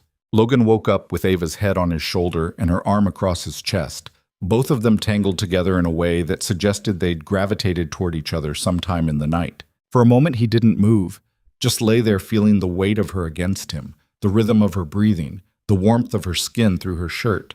Then Ava stirred and realized where she was. She pulled back quickly, her face flushing. "Sorry, I didn't mean to." "It's okay," Logan said. They got up and got ready in silence, both of them moving through the motions like they were preparing for battle. Ava wore a charcoal suit that made her look untouchable. Logan wore the nicest suit he owned, the one Ava's assistant had bought for the wedding, and tried not to feel like he was about to walk into an execution. Mia was staying with Mrs. Chen for the day. Logan hugged her goodbye and tried not to let her see how nervous he was. "Are you and Ava okay?" Mia asked, looking up at him with those two perceptive eyes. "We're fine, kiddo, just a boring work thing. You look scared." Logan crouched down to her level. "Maybe a little, but it's going to be okay." Mia hugged him tight. "I love you, Daddy." "I love you too, sweetheart." The Sterling Global boardroom was on the 50th floor, all glass and steel and intimidation. 16 people sat around a massive table, board members, lawyers, executives. Bored. Marcus Sterling sat at the far end, looking smug and confident in a way that made Logan want to punch him. Marcus was younger than Ava, with the same dark hair but softer features, and an expression that suggested he'd never had to work for anything in his life. He wore an expensive suit and a watch that probably cost more than Logan's first car, and when he looked at Logan, his smile was pure condescension. "So, this is the husband," Marcus said. "Logan Reed, logistics coordinator. Quite a catch, Ava." "Shut up, Marcus," Ava said coolly. Martin stood at the head of the table. "We're here to address questions regarding the legitimacy of Ava Sterling's marriage, as raised by Marcus Sterling. This is a closed session. Everything said here is confidential." He looked at Logan and Ava. "You'll each be questioned separately under oath. Ms. Sterling will go first." Logan squeezed Ava's hand under the table. She squeezed back, then stood and walked to the chair at the center of the table. For the next hour, Logan sat there and watched as the board interrogated Ava. They asked about how they met, how long they'd been together, why they'd kept the relationship secret, when they'd decided to get married, whether Logan had known about the clause in her father's will before they got engaged. Ava answered every question calmly, precisely, sticking to the story they'd practiced. She didn't stumble, didn't hesitate, didn't give them anything to use against her. But then Marcus leaned forward. "Tell me, Ava," he said, his voice dripping with false concern. "Do you love him?" Ava met his eyes. "Yes." "Really? Because from where I'm sitting, this looks like a business transaction. You needed a husband to satisfy father's will. Logan needed money to get out of debt. Seems pretty convenient." My relationship with Logan is none of your business."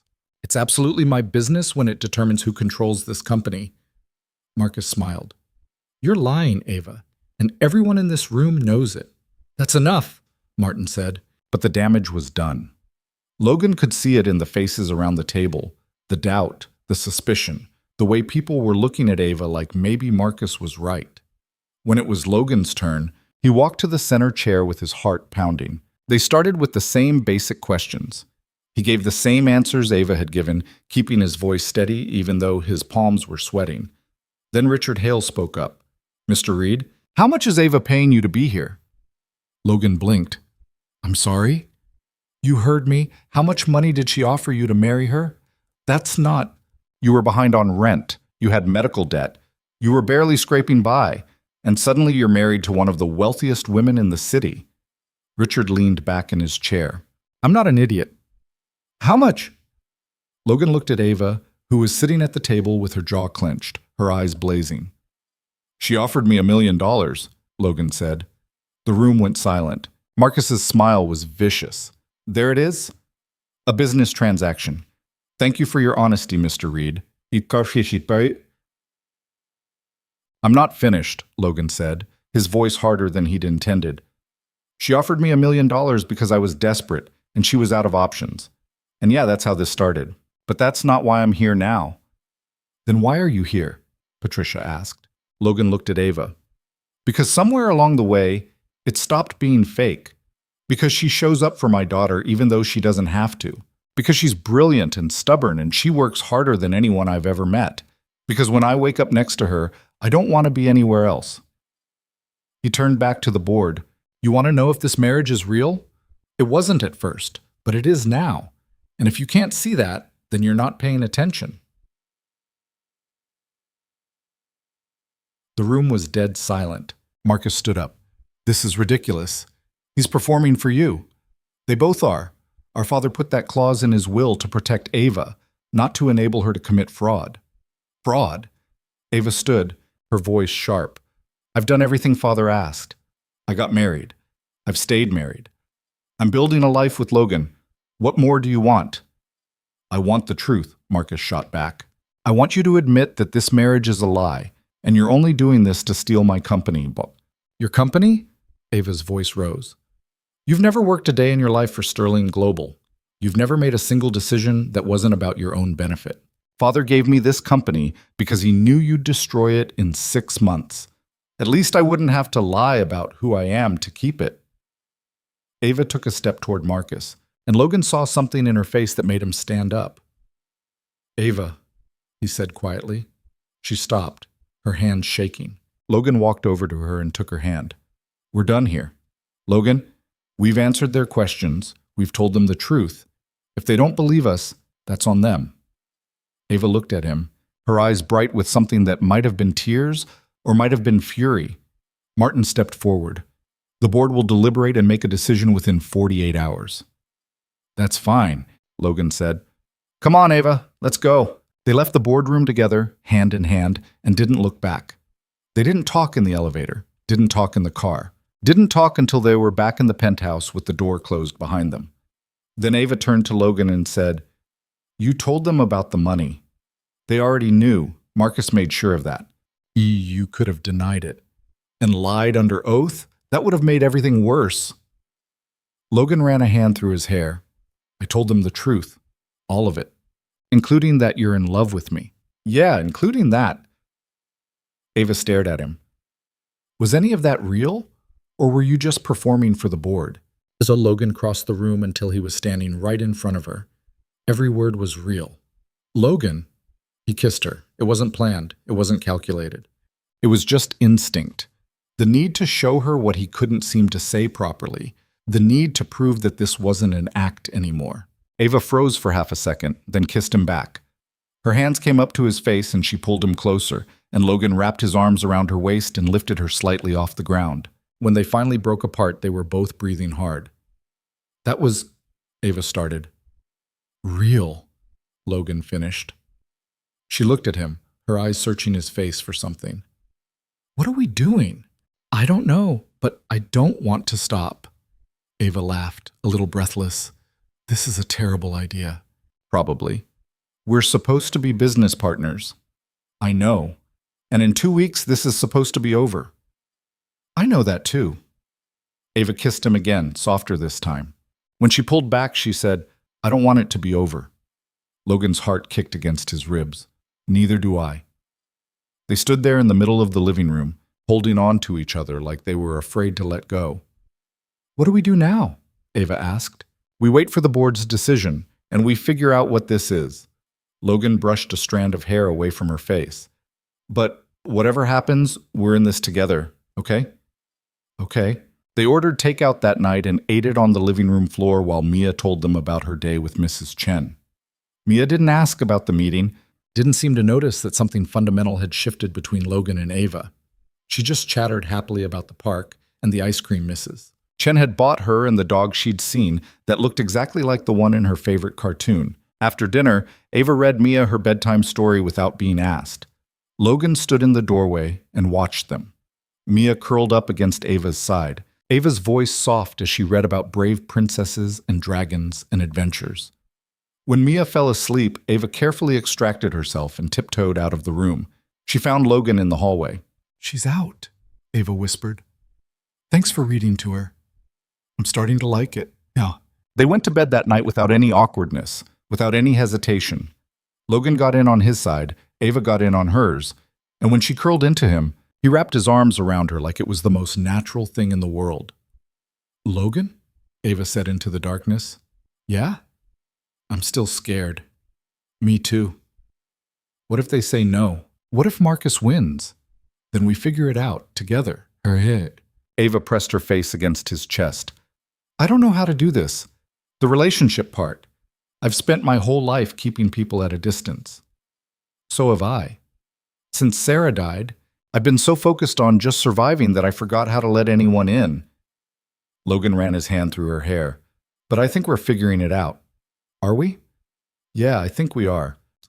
They fell asleep like that, tangled together, holding on tight. The next morning, Logan woke up to his phone ringing. He fumbled for it, still half asleep, and saw Martin's name on the screen. Hello? Logan, is Ava with you? Yeah, hold on. Logan nudged Ava awake. It's Martin. Ava sat up immediately, suddenly alert. Logan put the phone on speaker. What's the decision? Ava asked, her voice tense. There was a pause on the other end. Then Martin said, they accepted the marriage. It's official. Marcus's challenge was denied. Logan felt the breath leave his body. What? The board voted, 8-4. They believe your marriage is legitimate.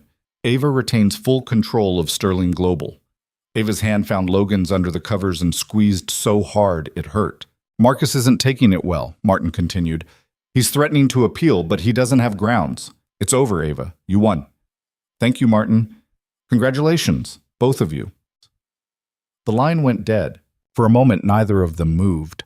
Then Ava turned to Logan, her eyes bright with something between relief and disbelief. We did it, she said. We did it, Logan repeated. And then they were both laughing, half from exhaustion, half from the sheer absurdity of it all. Ava threw her arms around Logan's neck and he pulled her close, and they sat there in bed holding each other while the morning light streamed through the windows. What happens now? Ava asked after a while. Logan pulled back to look at her. What do you want to happen? I want to stop pretending this is temporary. Ava's voice was quiet but steady. I want to see where this goes. If you want that too. Logan kissed her forehead. I want that too. Even after the 30 days are up. Especially after the 30 days are up. Ava smiled, a real smile, the kind Logan had only seen a handful of times. Then I guess we're really doing this. I guess we are. Dang. They spent the rest of the morning in bed talking about what came next, about whether Logan would keep working at Sterling Global or find something else, about whether they'd tell people the truth about how the marriage started or just let them believe the story, about how to explain to Mia that Ava wasn't going anywhere. At some point, Mia knocked on the door and climbed into bed with them, wedging herself between them and demanding pancakes. Ava and Logan exchanged a look over her head, something soft and tentative and hopeful. Pancakes sound perfect, kiddo, Logan said. They went to the kitchen together, the three of them, and Logan cooked while Ava helped Mia set the table. It was domestic and ordinary and completely surreal after everything they'd been through, but it also felt right. The news about the board's decision hit the press by noon. Logan's phone exploded with messages from coworkers, acquaintances, people he hadn't talked to in years. Everyone wanted to know the details, wanted to congratulate him, wanted to be part of the story. He ignored most of them. The only person he called back was his sister. Logan, what the hell is going on? She demanded the moment she picked up. I've been seeing you all over the news. You're married to Ava Sterling and someone tried to challenge it? It's a long story. I have time. Logan looked at Ava, who was sitting on the couch with her laptop, catching up on work emails. She glanced up and gave him a small nod. I'll tell you everything, Logan said to his sister, but not over the phone. Can you come visit next week? You want me to meet your billionaire wife? I want you to meet Ava. Yeah. His sister was quiet for a moment. Then she said, You sound different. Different how? Happy. I haven't heard you sound like this since Sarah. Logan's throat tightened. I think I am. Happy, I mean. Bu sandas isasi. Good. You deserve it. His sister paused. I'll book a flight for next weekend, sister. And Logan, I'm proud of you. Thanks. He hung up and went back to the couch, sitting down next to Ava. She closed her laptop and leaned into him. Your sister? She asked. She wants to visit. Meet you properly. I'm terrified. She's going to love you. How do you know? Because I love you, Logan said. And she trusts my judgment. Usually. Ava turned to look at him, her eyes wide. You love me? Logan realized what he'd just said. Yeah, I do. Is that okay? Desiste. I don't know if anyone's ever said that to me before, outside of my father. Then they were idiots. Logan took her hand.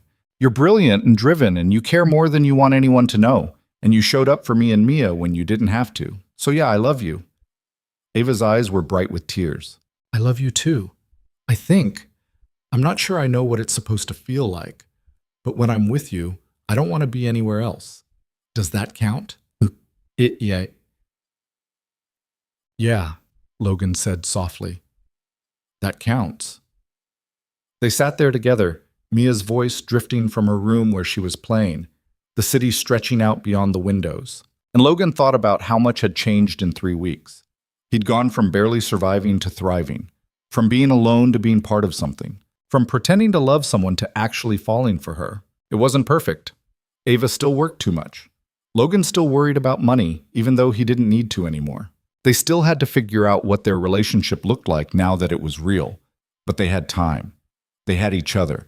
And for the first time in 4 years, Logan believed that everything was going to be okay. The week after the board meeting should have felt like a victory lap, but instead it felt like walking through a minefield with Marcus Sterling holding the detonator. Logan first noticed something was wrong on Tuesday morning when Ava came out of her office looking pale, her phone pressed to her ear, her jaw clenched in that way that meant someone was about to have a very bad day. "I don't care what it takes. Shut it down," she was saying into the phone. "Find out who leaked it and fire them. No, I don't want an investigation. I want results." She hung up and looked at Logan, who was sitting at the kitchen counter with Mia, helping her with homework. "What happened?" Logan asked. Ava glanced at Mia, then back at Logan. "Can we talk? Privately? Or—" Logan's stomach dropped. He told Mia to keep working on her math problems and followed Ava into the bedroom, closing the door behind them. "Marcus leaked our contract to the press," Ava said without preamble. Logan felt like he'd been punched. "What?" "Someone at the firm that drafted it gave him a copy. He sent it to 3 different news outlets this morning." Ava's voice was tight, controlled, but Logan could hear the panic underneath. "They're going to publish it, the whole thing, including the payment terms. Can we stop them?" "Martin's trying, but once something's out there—" She didn't finish the sentence. She didn't have to. Logan sat down on this edge of the bed, his mind racing. "So everyone's going to know that we got married because of your father's will, that you paid me." "Yes." "And that makes everything we said to the board look like a lie." "Yes." Ava crossed her arms, hugging herself. "Marcus is calling for another review. He's saying we committed perjury, that we knowingly misled the board about the nature of our relationship." "But we didn't. We told them the truth. We told them it started as a deal but became real." "Do you think anyone's going to believe that after they read the contract?" Ava's voice cracked slightly. "It's over, Logan. Everything we fought for, it's all going to fall apart." Logan stood and crossed to her, taking her by the shoulders. "No, it's not, because the contract doesn't matter." "How can you say that? Assault?" "Because what we have now isn't in any contract. What I feel for you, what you feel for me, what we've built with Mia, none of that is fake. None of that is something Marcus can take away." Ava looked up at him, her eyes bright with unshed tears. "But he can take the company. Then let him." She recoiled like he'd slapped her. "What? Let him have it. Walk away. We'll figure something else out." "I can't just walk away from Sterling Global. It's my father's legacy. It's everything I've worked for." "And what about us? What about the life we're building?" Logan's voice was rising despite himself. "You said you didn't want this to be temporary. You said you wanted to see where this goes. But if you're willing to throw it all away the moment things get hard, that's not fair. Isn't it? Because from where I'm standing, it sounds like you're already deciding that the company matters more than we do." Ava pulled away from him. "You don't understand what you're asking me to give up." "You're right, I don't. Because I've never had anything worth that much. Except Mia, and I would give up anything for her. Anything." Logan's chest was tight. "I thought maybe you felt the same way about us." "I do, but this isn't that simple." "It is that simple. You choose the company, or you choose us. You can't have both. Not if Marcus wins." They stared at each other across the bedroom, and Logan felt something cracking between them, something fragile that they'd been building for weeks. "I need to think," Ava said finally. "Fine, think. But while you're thinking, remember that Mia and I aren't assets you can just liquidate when things get complicated."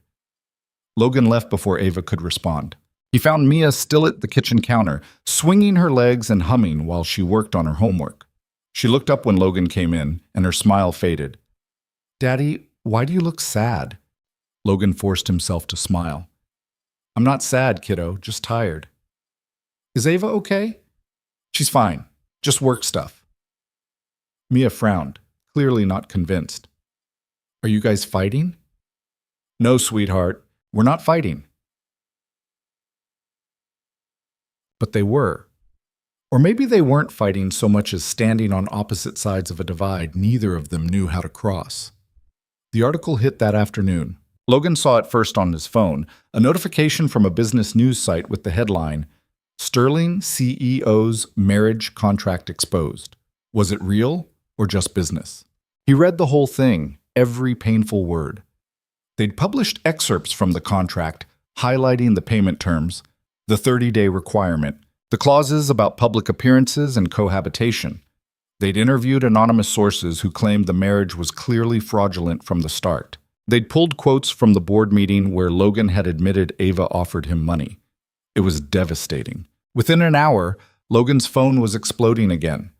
But this time, the messages weren't congratulatory. They were accusatory, judgmental, cruel. People he barely knew demanding explanations. People he'd never met calling him a gold digger, a fraud, a liar. He turned off his phone. Ava emerged from her office at 6 p.m., looking like she'd aged 10 years in a day. She didn't say anything, just walked to the bar and poured herself a drink. Logan was making dinner, grilled cheese for Mia, though he wasn't sure he could eat anything himself. "The board wants to meet again," Ava said finally. "Tomorrow morning. They're talking about removing me from my position pending an investigation into whether I violated the terms of my father's will." Logan flipped the sandwich in the pan. "What did Martin say?" "He said we're screwed," his exact words. Ava took a long drink. "Unless we can somehow convince them that despite the contract, despite the money, despite everything, this marriage is legitimate." "And how are we supposed to do that?" "I don't know." They were quiet for a moment. Then Mia appeared in the doorway, still in her school clothes, looking worried.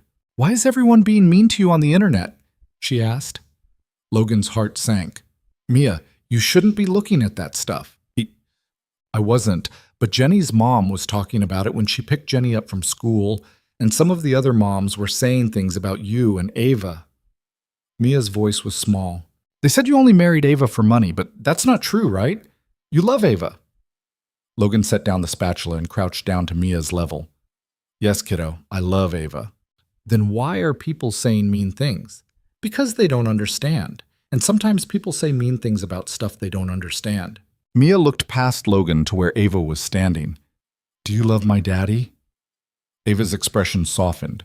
She set down her drink and walked over, kneeling down next to Logan. "Yes, Mia, I love your daddy very much." "And you love me too?" "I do." Mia seemed to consider this. Then she threw her arms around Ava's neck and hugged her tight. "Then it doesn't matter what those people say, because we're a family." Ava's arms came around Mia slowly, like she wasn't sure she was doing it right. But then she held on tight, and Logan saw tears sliding down her face. "You're right," Ava whispered. "We are a family." When Mia pulled back, she looked between them seriously. "Are we going to be okay?" Logan glanced at Ava. She looked back at him, and something passed between them, an understanding, maybe, or a decision. "Yeah, kiddo," Logan said. "We're going to be okay. All right." After dinner, after Mia was in bed, Logan and Ava sat on the couch in the dark living room, neither of them quite touching, but close enough that Logan could feel her presence. "I'm sorry," Ava said quietly. "For what I said earlier, about the company mattering more, that's not true. It's okay to care about it, Ava. It's your father's legacy. But you're right. I can't have both. Not if Marcus gets his way." She turned to look at him. "And if I have to choose, I choose you. I choose Mia. I choose this." Logan's throat was tight. "You mean that?" "I mean it. I've spent my whole life building Sterling Global, making my father proud, proving I was worthy of the company he built. But in the last 3 weeks, I felt more alive, more myself, than I ever did in that boardroom." Ava took his hand. "You and Mia, you're what matters. Not the company, not my father's legacy. You." Logan pulled her into his arms, and she collapsed against him, finally letting herself break a little. "We're going to lose," she said into his shoulder. "Maybe, but we'll lose together." They sat like that for a long time, holding each other in the dark, preparing for whatever came next. The board meeting the next morning was worse than the first one. This time, there was no pretense of civility. Marcus came in swinging, armed with the contract, with articles from a dozen different news sites, with affidavits from people claiming they'd witnessed Logan and Ava acting cold and distant toward each other in private. "This marriage is a fraud. Marcus declared to the room. My sister paid this man to marry her so she could keep the company. She stood in this very room and lied to all of you. She committed perjury. She violated our father's will, and she should be removed immediately. Richard Hale looked at Ava with something like pity. Do you have anything to say in your defense, Ava? Ava stood. She looked calm, composed, every inch the CEO, but Logan could see the tension in her shoulders, the way her hands were clenched at her sides. Yes, she said. My brother is right about one thing. This marriage did start as a business arrangement. I needed a husband to satisfy the terms of my father's will. Logan needed financial security for his daughter. We made a deal. The room erupted. Board members talking over each other, demanding explanations, questioning everything. Martin looked panicked. Ava, you don't have to. Yes, I do. Ava's voice cut through the noise. I'm done hiding. I'm done pretending. You want the truth? Here it is. I paid Logan Reed $1 million to marry me. We signed a contract. We agreed to stay married for 30 days to satisfy a legal requirement. Marcus was smiling like he'd already won. But here's what the contract didn't account for, Ava continued. It didn't account for the fact that Logan is one of the most decent, honest, caring people I've ever met. It didn't account for the way he shows up for his daughter every single day, even when he's exhausted, even when he's scared. It didn't account for the way he made me laugh for the first time in months, or the way he challenged me when I was being stubborn, or the way he looked at me like I was more than just a CEO or a Sterling. The room had gone quiet. The contract said 30 days, Ava said. It said we'd live together, make public appearances, pretend to be in love. But somewhere in the middle of that pretense, it stopped being pretend. I fell in love with Logan Reed, not because I paid him, not because I needed him, but because he's the first person in my life who ever made me feel like I didn't have to be perfect, like I could just be myself. Logan felt his eyes burning. Logan felt, so yes, Ava said, looking directly at Marcus. This marriage started as a deal, but it's real now. And if you can't see that, if you can't understand that people are capable of changing, of growing, of falling in love even when it's unexpected, then maybe you're not qualified to run this company anyway. She sat down. The room was silent for a long moment. Then Logan stood. I'd like to say something, he said. Martin looked like he might have a heart attack. Logan, I don't think... I need to say this. Logan looked around the table. When Ava offered me that deal, I took it because I was desperate, because I had a daughter to feed and bills I couldn't pay and I was drowning. I took it because I didn't have any other options. And yeah, for the first couple weeks, I kept reminding myself it was temporary, that this wasn't real, that in 30 days, I'd take the money and go back to my life and that would be the end of it. He looked at Ava, but then I got to know her, the real her, not the CEO or the sterling heir, but Ava. The woman who doesn't sleep enough because she cares too much about doing things right. The woman who sat on the floor and colored with my 6-year-old daughter, even though she was terrified of doing it wrong. The woman who reads bedtime stories in this incredibly serious voice like she's presenting to the board instead of talking about caterpillars. A few people in the room smiled slightly. I fell in love with her, Logan said. Not because she paid me, not because of any contract, but because she's extraordinary. And if loving her means losing this company, if it means walking away from everything we've built here, then that's what we'll do. Because what we have is worth more than any corporation. He sat down. Patricia was the first to speak. This is highly irregular. This whole situation is irregular, Gerald said. He looked at Ava thoughtfully. But I believe you. Well, Patricia turned to him. You believe them, after everything we just heard? I do. Because I've watched Ava Sterling my entire career. I've seen her ruthless in negotiations, cold in board meetings, single-minded in her pursuit of success. And in the last 3 weeks, I've seen her different, softer, happier. Gerald looked at Logan. That's not something you can fake. Not for that long. I agree, another board member said. A woman named Susan who'd barely spoken during the first meeting. The contract is damning, but it's also irrelevant. The will said Ava needed to be married. It didn't specify how that marriage had to start. It just said she needed to stay married for 30 days. And she has, Patricia said slowly, like she was working through it. It's been 3 weeks. The 30 days are almost up, and they're still together. Marcus stood abruptly. This is insane. You're going to let her keep the company because she gave a good speech? She lied to all of you. She told us the truth, Gerald said. Eventually. Which is more than I can say for you, Marcus. You've been angling for this position since the day your father died. You've leaked confidential information to the press. You've attempted to sabotage your own sister, and you expect us to hand you control of Sterling Global? Marcus's face was red. I'm his son. This company should be mine by right. Your father didn't think so, Patricia said quietly.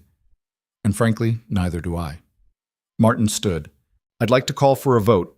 All in favor of maintaining Ava Sterling's position as CEO and recognizing her marriage as legitimate, say aye. Aye, Gerald said immediately. Aye, Susan said. One by one, the board members voted. When it was over, the count was 10-3. Ava had won. Marcus stared at the table in disbelief. Then he stood, grabbed his jacket, and stormed out without another word. Ava sat very still, like she couldn't quite process what had just happened. Congratulations, Ms. Sterling, Martin said. The matter is settled. The meeting adjourned. Board members filed out, some stopping to shake Ava's hand, others avoiding eye contact. When the room was finally empty except for Logan and Ava and Martin, Ava turned to Logan. We won, she said, like she couldn't believe it. We won, Logan repeated. And then Ava was in his arms, laughing and crying at the same time, and Logan held her tight while Martin quietly gathered his papers and left them alone. I can't believe you said all that, Ava said against his chest. I meant every word. I know. That's what makes it so terrifying. She pulled back to look at him. What if I screw this up? What if I don't know how to be what you need? You're already what I need. You're here. That's enough. Is it? Yes. They left the Sterling Global building hand in hand, and for the first time in weeks, Logan felt like he could actually breathe. The press was waiting outside. Cameras flashed as soon as they stepped through the doors. Reporters shouted questions over each other, demanding statements, asking about the contract, asking if the marriage was real. Ava stopped on the steps and turned to face them. Logan stood next to her, his hand still in hers. I have a brief statement, Ava said. The reporters quieted. My husband and I entered into an arrangement that began as a solution to a legal problem. But what we've built together is far more than that. Yes, there was a contract. Yes, there was money involved. But that's not what this marriage is about. It's about partnership. It's about family. And it's about choosing to love someone even when it's complicated. Miss Sterling, do you regret the arrangement? Someone shouted. No, Ava said without hesitation, because it brought me to Logan, and I wouldn't trade that for anything. Logan, what do you say to people who call you a gold digger? Logan looked at the reporter. I'd say they don't know what they're talking about. I married Ava because I fell in love with her. The money was nice, but it's not why I'm still here. Are you staying together after the 30 days? Ava looked at Logan. He looked back at her, and they smiled. Yes, they said together. The reporters erupted with more questions, but Ava and Logan walked down the steps to the waiting car and didn't look back. That night, they picked Mia up from school together. She ran to them across the playground, her backpack bouncing, her face lit up with excitement. Did you win? She asked as soon as she reached them. Yeah, kiddo, Logan said, scooping her up. We won. Does that mean we get to stay together? It means we get to stay together, Ava confirmed. Mia threw her arms around Ava's neck. Good, because I would have been really sad if you had to leave. Ava held her tight, and Logan watched them, feeling something settle in his chest, something warm and solid and real. They went out for pizza to celebrate. Not somewhere fancy, just a place near this penthouse that had paper plates and plastic cups and arcade games in the corner. Mia played skee-ball while Logan and Ava sat in a booth watching her.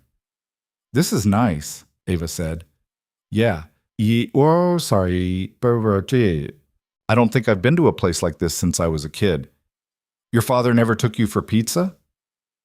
My father took me to board meetings and investment dinners and charity galas. Ava smiled slightly. But never pizza. Well, you've been missing out.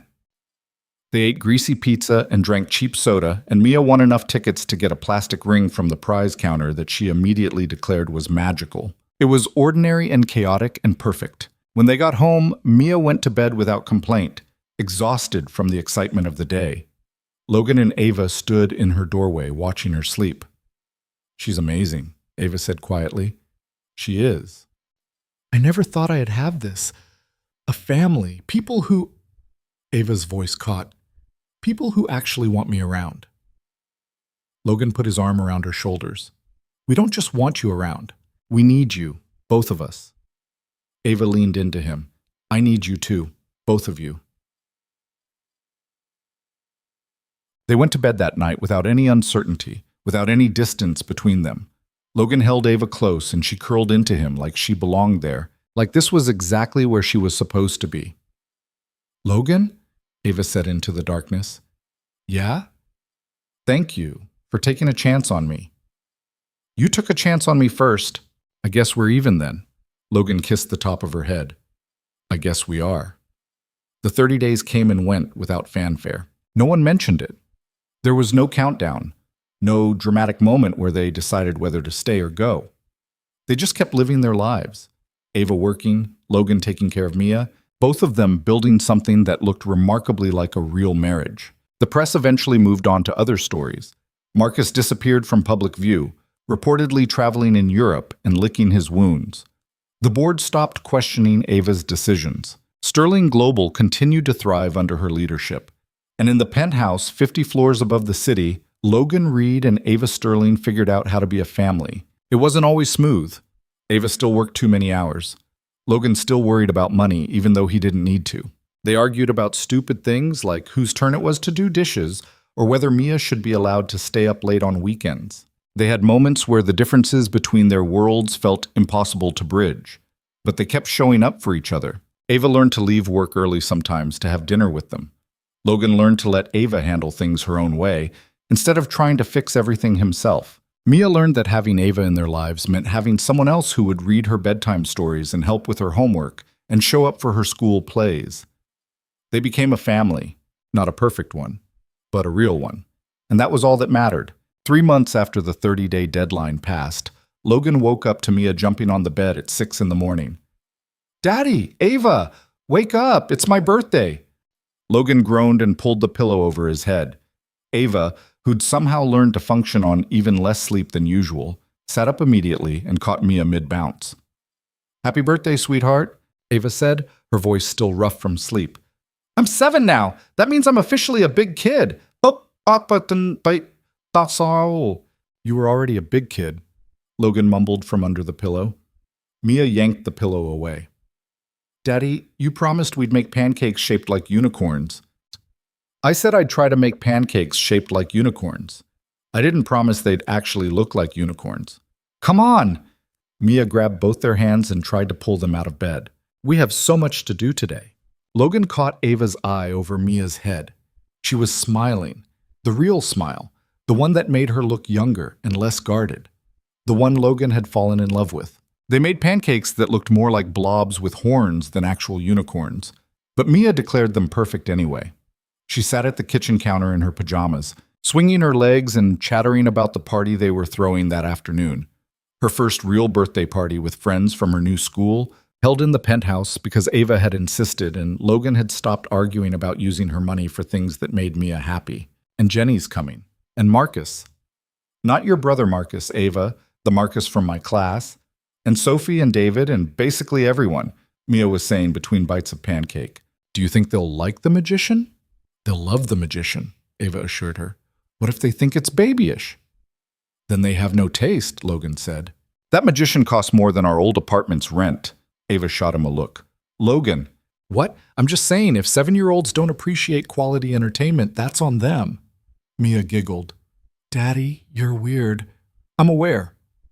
After breakfast, while Ava took a work call in her office and Logan cleaned up the kitchen, Mia appeared at his side with a serious expression. "Daddy, can I ask you something?" "Of course, kiddo." "Is Ava going to stay forever?" Logan set down the dish he was washing. "What makes you ask that?" "Oh, because I heard you and Ava talking last night. about how the 30 days were over a long time ago, and I got scared that maybe she was going to leave. Logan's chest tightened. He thought Mia was asleep when he and Ava had that conversation. Apparently not. He crouched down to her level. Ava's not going anywhere. She's part of our family now. Promise? I promise. Why don't you ask her yourself? Mia bit her lip, then nodded and marched toward Ava's office. Logan followed, leaning against the door frame as Mia knocked. Come in, Ava called. Mia pushed open the door. Ava was at her desk, laptop open, but she closed it immediately when she saw Mia's face. What's wrong? Ava asked. Are you going to leave us? Mia asked bluntly. Ava's expression shifted. Surprise, then something softer. No, sweetheart, I'm not leaving. But But Daddy said the 30 days are over. That means the deal is done, right? Ava glanced at Logan, who shrugged helplessly. Then she stood and walked over to Mia, kneeling down so they were eye to eye. The deal is done, Ava said carefully. But that doesn't mean I'm leaving, because I'm not here because of a deal anymore. I'm here because I love your dad, and I love you, and this is my home now. Really? Really? Oh, Mia threw her arms around Ava's neck. Good, because I love you too. And if you left, I'd be really sad. Ava held her tight, and Logan saw her blink rapidly, fighting back tears. I'm not going anywhere, Ava said again, her voice thick. I promise. The party that afternoon was chaos in the best way possible. 15 7-year-olds ran through the penthouse, high on sugar and excitement, while the magician performed tricks that genuinely impressed even Logan.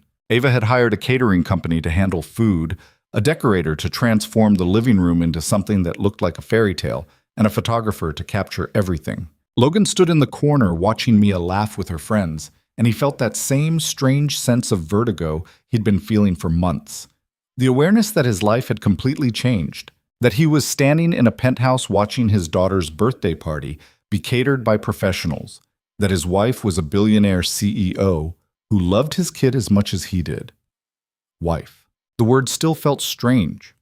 Real, but strange. You okay? Ava appeared at his side, holding 2 cups of punch. Yeah, just thinking about how different this is from her last birthday. What did you do last year? Bought her a cake from the grocery store. Had her blow out candles in our apartment. Gave her a stuffed animal I'd found on clearance. Logan took the punch she offered. This is better. Last year sounds nice too. Last year, I was terrified I was failing her. That she'd look back on her childhood and remember all the things I couldn't give her. Ava touched his arm. She's not going to remember the things you couldn't give her. She's going to remember that you showed up every single day, that you loved her. That matters more than any party. You sound like you've been thinking about this. I have. A lot, actually. Ava was quiet for a moment. My father gave me everything. Money, education, opportunities. But he was never really present. He was always working, always focused on the company, and I spent my whole life trying to earn his attention by being perfect. She looked at Logan. You give Mia something I never had. You make her feel like she's enough just by existing. Logan didn't know what to say to that, so he just took her hand and squeezed. They watched Mia together, and Logan thought about how far they'd both come. How they'd started as strangers making a desperate deal and somehow ended up here, building something real. After the party, after the last parent had picked up their kid and the caterers had cleaned everything up, after Mia had crashed on the couch, surrounded by presents, and fallen into an exhausted sleep, Logan and Ava sat on the balcony overlooking the city. Thank you for today, Logan said, for making it special for her. I wanted to. She deserves it. Ava leaned her head on his shoulder. I got her something else, but I wanted to give it to her when it was just us. What is it? Ava pulled a small envelope from her pocket. Open it. Logan opened the envelope and pulled out a document. It took him a moment to understand what he was looking at. Then his breath caught. You're adopting her? If you'll let me, if Mia wants that. Ava's voice was uncertain. I know I'm not her mother. I know I can never replace Sarah. But I love her. And I want to make it official. I want her to know that I'm not going anywhere, ever. Logan's eyes were burning. Ava, you don't have to answer now. Talk to Mia about it. Think about it. I needed you to know that this is what I want. A family. With both of you. Logan set down the document and pulled Ava into his arms. She's going to say yes. I know she will. You think so? I know so.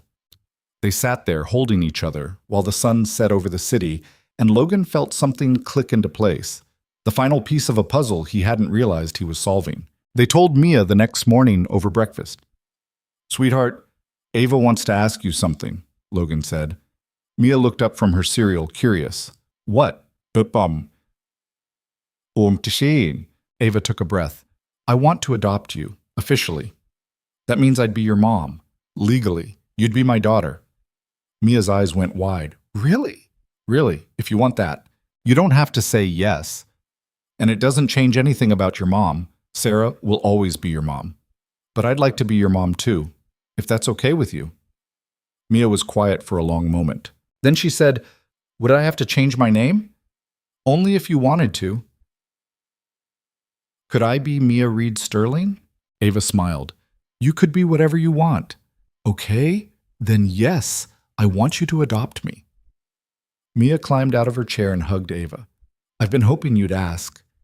Ava held her tight, and Logan saw tears streaming down her face. Thank you, Ava whispered. Thank you for letting me be part of your family. You're already part of our family, Mia said matter-of-factly. This just makes it official. The adoption process took 3 months of paperwork, court appearances, and background checks that felt invasive and exhausting. But finally, on a Tuesday afternoon in October, they stood in a courtroom while a judge made it official. By the power vested in me by the state, I hereby grant the petition for adoption. Mia Reed is now legally the daughter of both Logan Reed and Ava Reed Sterling. Ava had insisted on taking Logan's name too when they'd filled out the paperwork. I've been a Sterling my whole life, she'd said. I want to be a Reed now, with you and Mia. In the courtroom, Mia bounced on her toes with excitement. Does this mean Ava's my mom now? Yes, the judge said kindly. Congratulations. Mia threw her arms around Ava. I have a mom again. Logan watched them, his throat tight with emotion, and thought about Sarah, about how she would have loved this, how she would have been grateful that Mia had someone else who loved her this much. After the hearing, they went out to celebrate. Mia wanted burgers and milkshakes, so they went to a diner near the courthouse that had sticky tables and a jukebox in the corner. They ate greasy food and laughed and took pictures with Mia holding up her adoption certificate like it was a trophy. This is the best day ever, Mia declared. Better than your birthday? Logan asked. Way better, because now we're official. Ava caught Logan's eye across the table. She was smiling so wide it made her look like a completely different person from the cold-guarded CEO he'd met 6 months ago. We're official, Ava repeated softly. We're official, Logan agreed. That night, after Mia was asleep, Logan found Ava standing at the window in their bedroom, looking out at the city. You okay? He asked. I keep thinking about my father, about what he'd say if he could see this. What do you think he'd say? I think he'd be surprised. He wanted me to get married, but I don't think he expected this. A real family, a daughter, a husband who actually loves me for who I am, not what I can give him. Ava turned to look at Logan. He'd be happy, I think. I hope. Logan crossed the room and wrapped his arms around her from behind. I think he would be, because you're happy, and that's what parents want for their kids. Is that what you want for Mia? More than anything. Ava leaned back against him.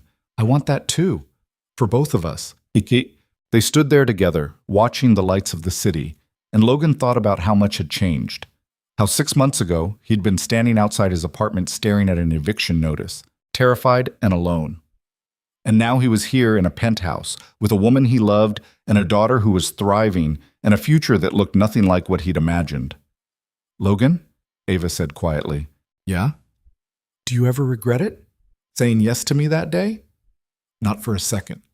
Even when everything got complicated? Especially when everything got complicated, because that's when I realized what we had was real. Ava turned in his arms to face him. I love you. I don't say it enough, but I do. More than I knew I was capable of. I love you too. They kissed, slow and sweet, and Logan felt that same sense of rightness he'd been feeling for months. This was where he belonged. With Ava. With Mia. In this impossible, messy, beautiful life they'd built together. A few weeks later, Logan got a call from his old landlord.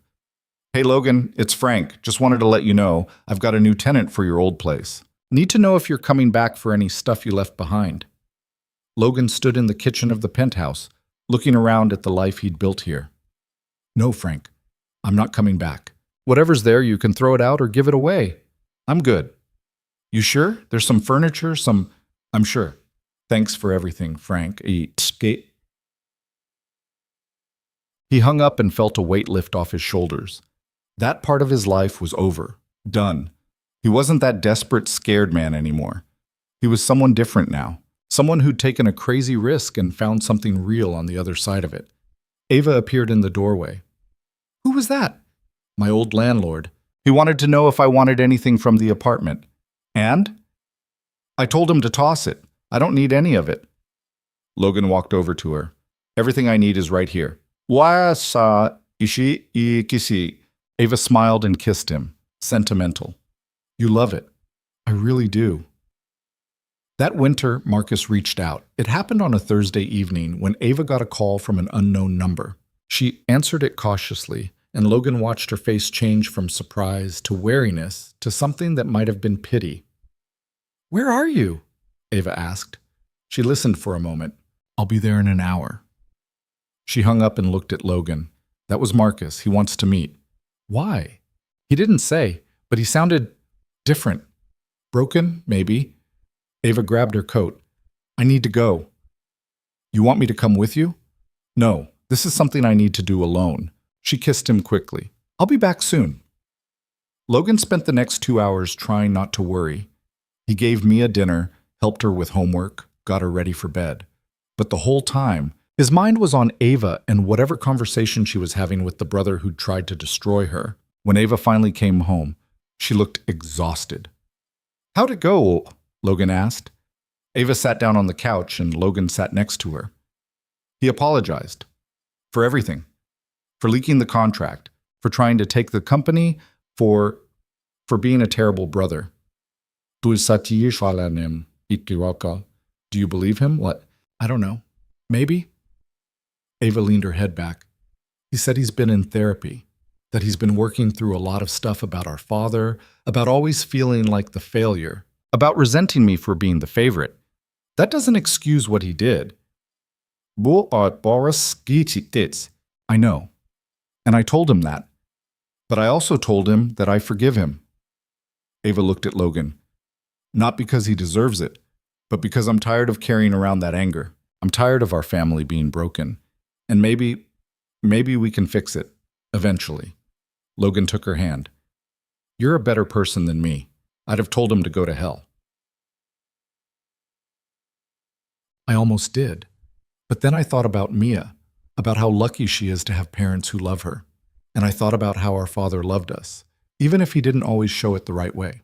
And I decided that life's too short to hold on to grudges. So what happens now? Now? Marcus is going to work on himself, get help, figure out who he is outside of being a Sterling. And maybe, in a year or two, we'll try to have a relationship again. As siblings, not as rivals. Logan pulled her close. I'm proud of you. For what? For choosing compassion, even when it's hard. Ava closed her eyes. I learned that from you. You chose to see the best in me when most people would have just taken the money and run. You showed me that people can change, that it's never too late to become who you want to be. They sat there in silence for a while, just holding each other, and Logan thought about second chances, about how he'd been given one when Ava walked into his life, about how Ava had been given one when she opened herself up to loving him and Mia, about how even Marcus, despite everything, might deserve a second chance too. Spring came, bringing warmer weather and longer days and a sense of possibility that Logan couldn't quite shake. One Saturday morning, Ava woke up and announced, We should go somewhere, as a family. Where? Logan asked, still half asleep. I don't know, anywhere. Disney World, the Grand Canyon, Europe, somewhere we can just be together without work or obligations or anything else getting in the way. Mia, who'd somehow ended up in their bed again despite having her own room, popped her head up. Disney World. Let's go to Disney World. Disney World it is, Ava said. They spent a week in Florida, riding rides and eating terrible theme park food and watching Mia's face light up every time she saw a princess. Ava wore Mickey ears without a hint of self-consciousness. Logan took 1,000 pictures. They stayed up late watching fireworks and talking about nothing important. It was perfect. Not because everything went smoothly. Mia had a meltdown on the third day because she was overtired. Logan got sunburned. Ava got recognized by a business rival at Epcot and had to politely deflect questions about work. But because they were together. Because they'd chosen this. Chosen each other. On their last night, after Mia was asleep in the hotel room, Logan and Ava sat on the balcony watching the resort lights twinkle in the distance. "Thank you," Logan said. "For what?" For this. For giving us this life. For being someone I never expected but desperately needed. Ava reached for his hand. "You saved me, you know. Before you, I was drowning in work and responsibility and loneliness. I didn't even realize how miserable I was. And then you showed up with your daughter and your honesty and your terrible jokes, and you reminded me that there's more to life than board meetings and quarterly reports. My jokes aren't terrible. They're pretty terrible. You laugh at them. Because I love you, not because they're funny." Logan pulled her close. "I love you too. Even though you work too much and you still don't understand why Mia needs 3 different stuffed animals to sleep. She only needs 1. The other 2 are excessive. This is why she loves me more. She does not love you more. She told me yesterday that I'm her favorite parent. She told me this morning that I'm her favorite parent. They both laughed, and Logan thought about how this had become his favorite thing, teasing each other, being comfortable enough to joke about things that used to feel heavy, building a life that was messy and imperfect and absolutely real. Back home, life settled into a new rhythm.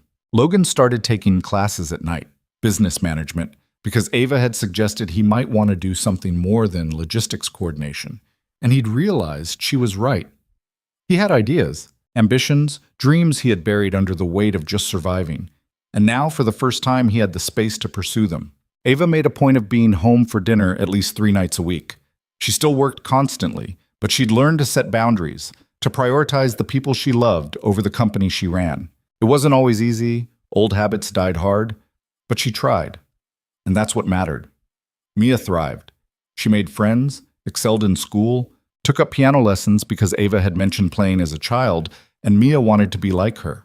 She was happy, secure, loved by 2 parents instead of 1. One night, about a year after they'd first met, Logan was tucking Mia into bed when she said, "Daddy, do you ever think about how different things would be if Ava hadn't asked you to marry her?"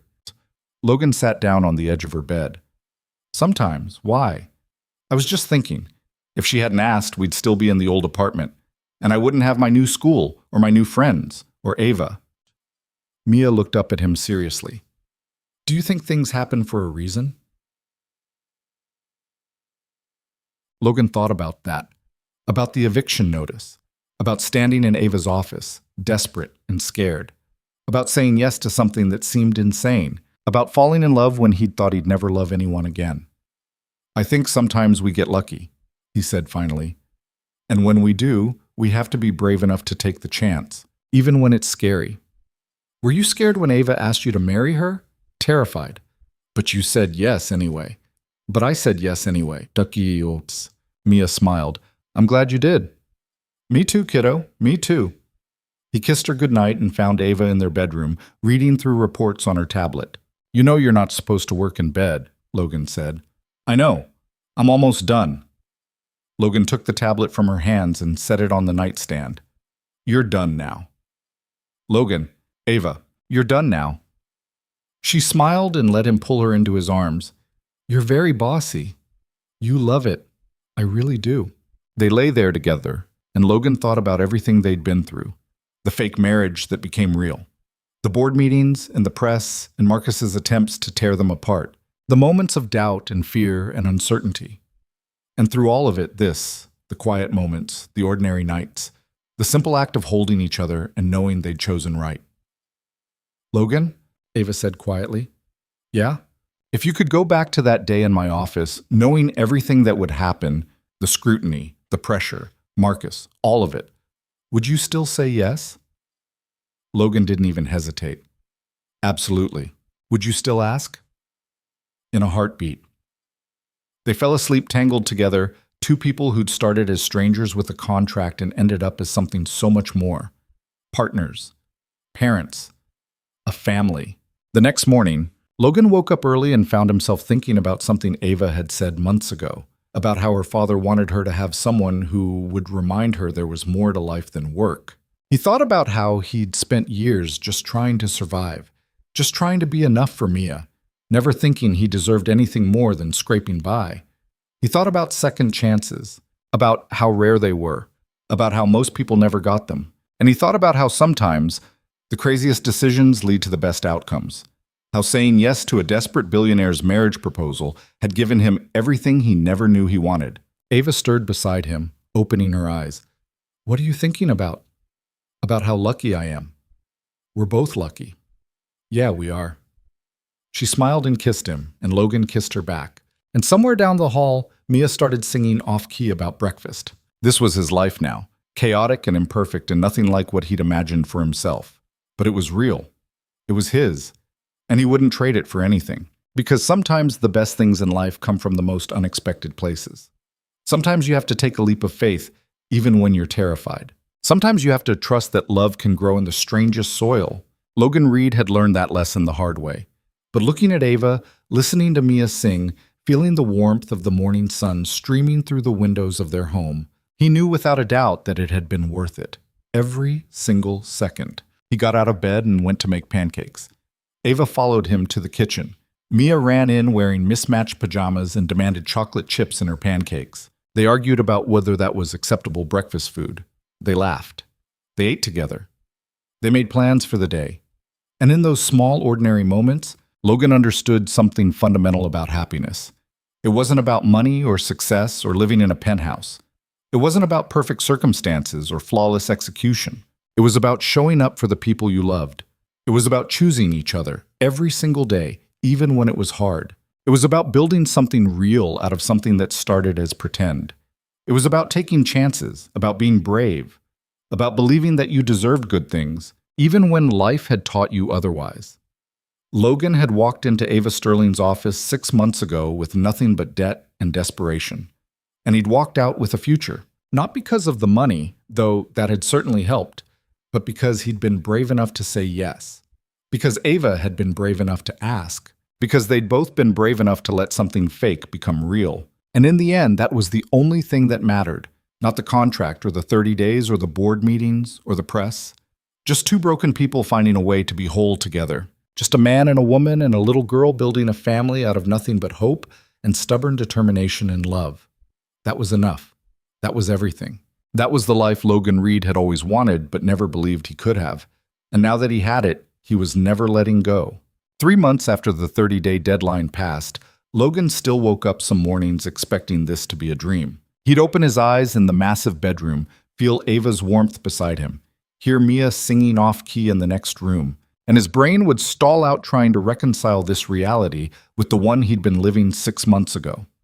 The eviction notice felt like it had happened to someone else. The desperate man who'd said yes to a billionaire's insane proposal felt like a character in a story, not actually him. But then Ava would stir and mumble something about needing coffee, or Mia would burst through the door demanding pancakes, and Logan would remember that this was real. This was his life now. On a Tuesday morning in early spring, Logan was making breakfast when his phone rang. Unknown number. He almost didn't answer. Still gun-shy from the weeks when every unknown call had been a reporter demanding a statement, but something made him pick up. Is this Logan Reed? A woman's voice, professional but warm. Yeah, who's this? My name is Diana Chen. I'm a producer for the Morning View show. We're doing a segment on unconventional love stories, and we'd love to have you and your wife on as guests. Logan's stomach dropped. I don't think that's a good idea, and I understand you've had some negative press attention, but that's exactly why we want to talk to you, to hear your side of the story. How a business arrangement became real love. We think it's inspiring. It's not inspiring. It's messy and complicated and private. The best love stories usually are. Diana paused. Look, I'm not going to pressure you, but I think a lot of people could relate to your story. Two people who took a chance on each other when everyone said it was impossible. That means something. Logan told her he'd think about it and hung up. When he turned around, Ava was standing in the doorway in her robe, holding her ever-present coffee mug. Who was that? A TV producer. Wants us on some morning show to talk about our inspiring love story. Logan made air quotes with his fingers. What did you tell them? That I'd think about it, which is code for no. Ava walked to the counter and sat down. Why no? Because our story isn't some feel-good romance. It's weird and transactional, and we lied to a lot of people. Well, we didn't lie. We told the truth eventually. Wow,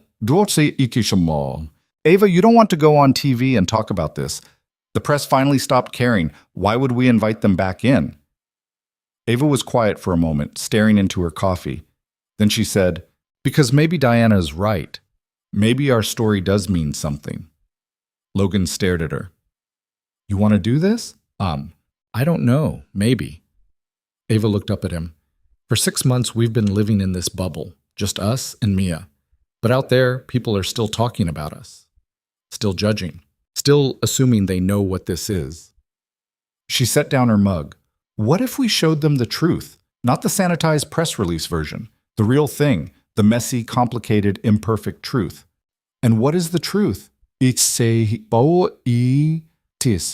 that we started with a contract and ended up with a family. That sometimes the best things in life come from the most unexpected places. That it's okay to take risks, even when everyone tells you you're crazy. Ava's voice was steady but soft. That love doesn't have to look perfect to be real. Logan walked over and sat next to her. You really want to do this?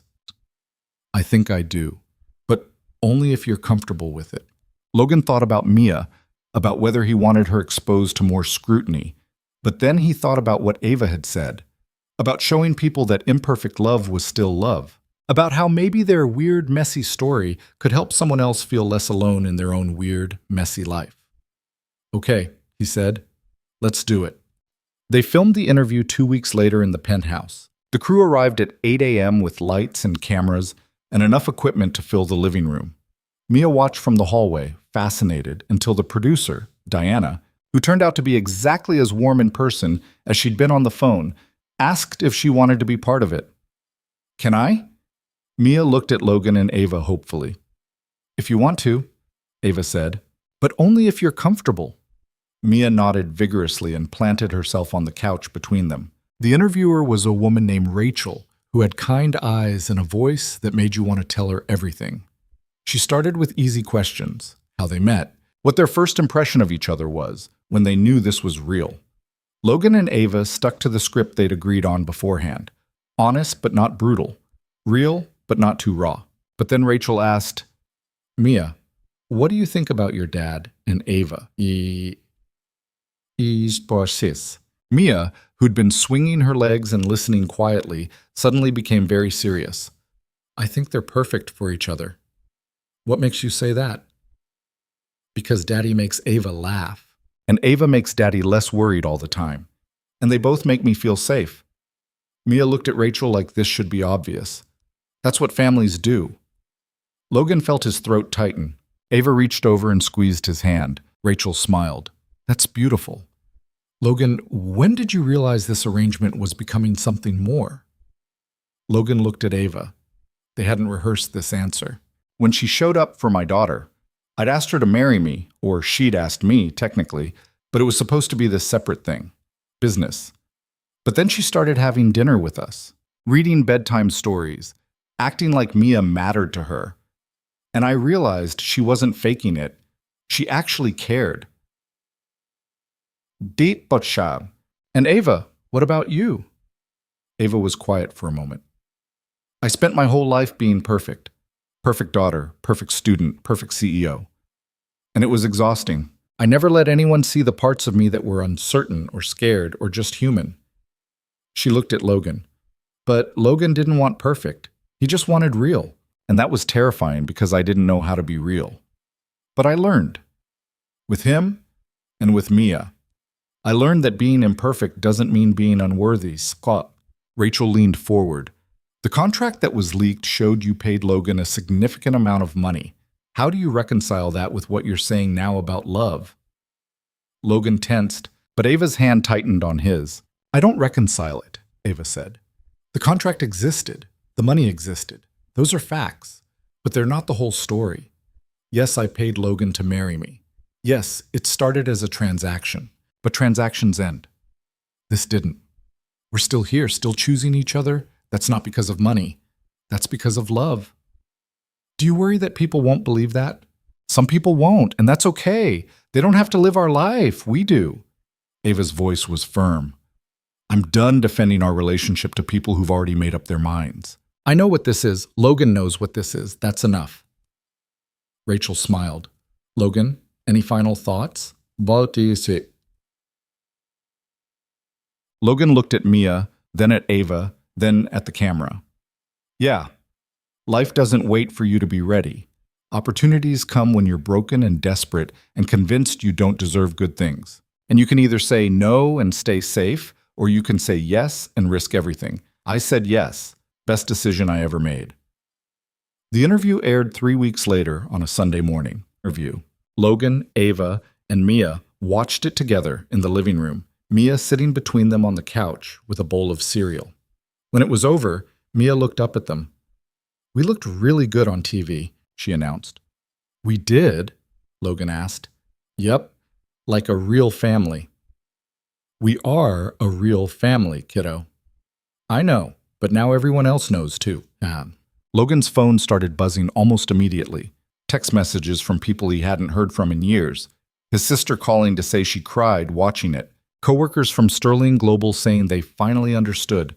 Even a message from Mrs. Chen, his old neighbor, saying she always knew they'd make it work. But the message that mattered most came from Martin, their lawyer. Saw the interview. Well done. You two might have just changed the whole narrative. And he was right. The press coverage that followed wasn't about fraud or gold digging or fake marriages. It was about second chances. About unconventional love. About how sometimes the best relationships start in the strangest ways. People shared the interview online with comments like, "This made me cry," and "We need more stories like this." And "Love doesn't have to be perfect to be real." But Logan read them with a sense of wonder, realizing that Ava had been right. Their story did mean something, not because it was perfect, but because it wasn't. 2 months after the interview aired, Logan graduated from his business management program. It was a small ceremony at a community college, nothing fancy, but Ava and Mia sat in the front row cheering when he walked across the stage. Afterward, Ava surprised him with a job offer. I want you to come work for Sterling Global, not in logistics, in operations. Help me run the company.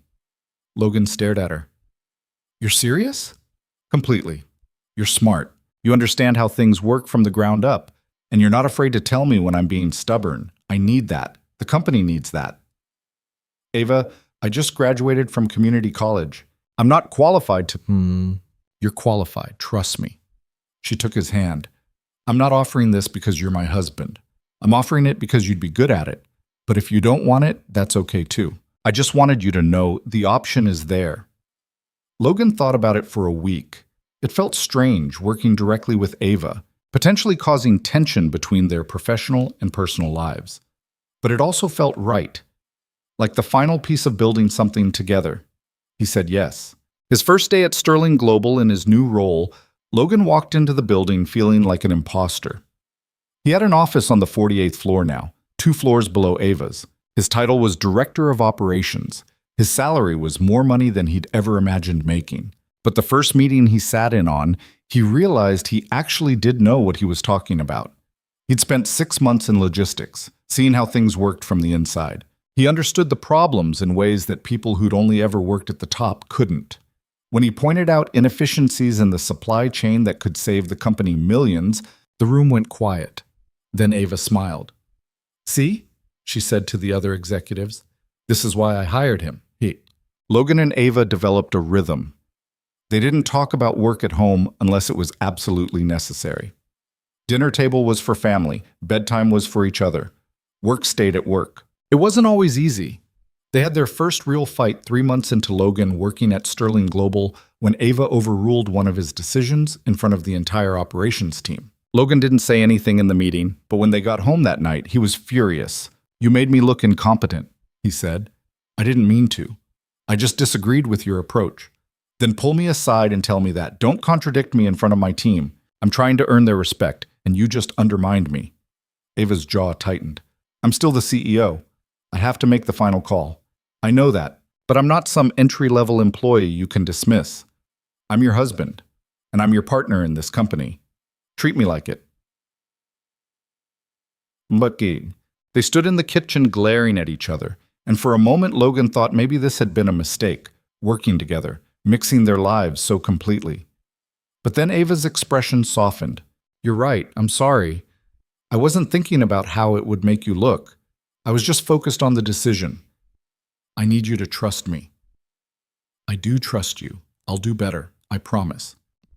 Logan pulled her into his arms. "I'm sorry for yelling. I deserved it." They figured it out, set boundaries, learned to separate work disagreements from personal ones. It took time and patience and more than a few arguments, but they made it work. Because that's what relationships were, Logan realized. Not perfect harmony, not never fighting, but choosing to work through the hard stuff instead of walking away. On a Saturday in October, almost a year after they'd first met, Logan woke up to find Ava already awake, staring at the ceiling. "You okay?" he asked. "It's been a year." "Since what?" "Since the day I called you into my office and offered you that deal." Ava turned to look at him. "A year ago today." Logan processed that. "Huh, I didn't even realize. I've been lying here thinking about who I was that day, how desperate I was, how certain I was that I could never actually fall in love with someone, that I was too broken for that." "You're not broken." "I was. In a lot of ways, I still am. But you," her voice caught, "you make me feel like broken isn't the end of the story. Like it's just the beginning of something different." Oh, Logan pulled her close. "You know what I was thinking about this morning?" "What?" "Well, how a year ago, I was sitting in that eviction notice, convinced I was failing Mia, convinced I was a terrible father who couldn't provide for his kid. And now look at us. She's thriving. We're thriving. Everything I was terrified of losing, I found. Because I took a chance on some crazy billionaire's marriage scheme."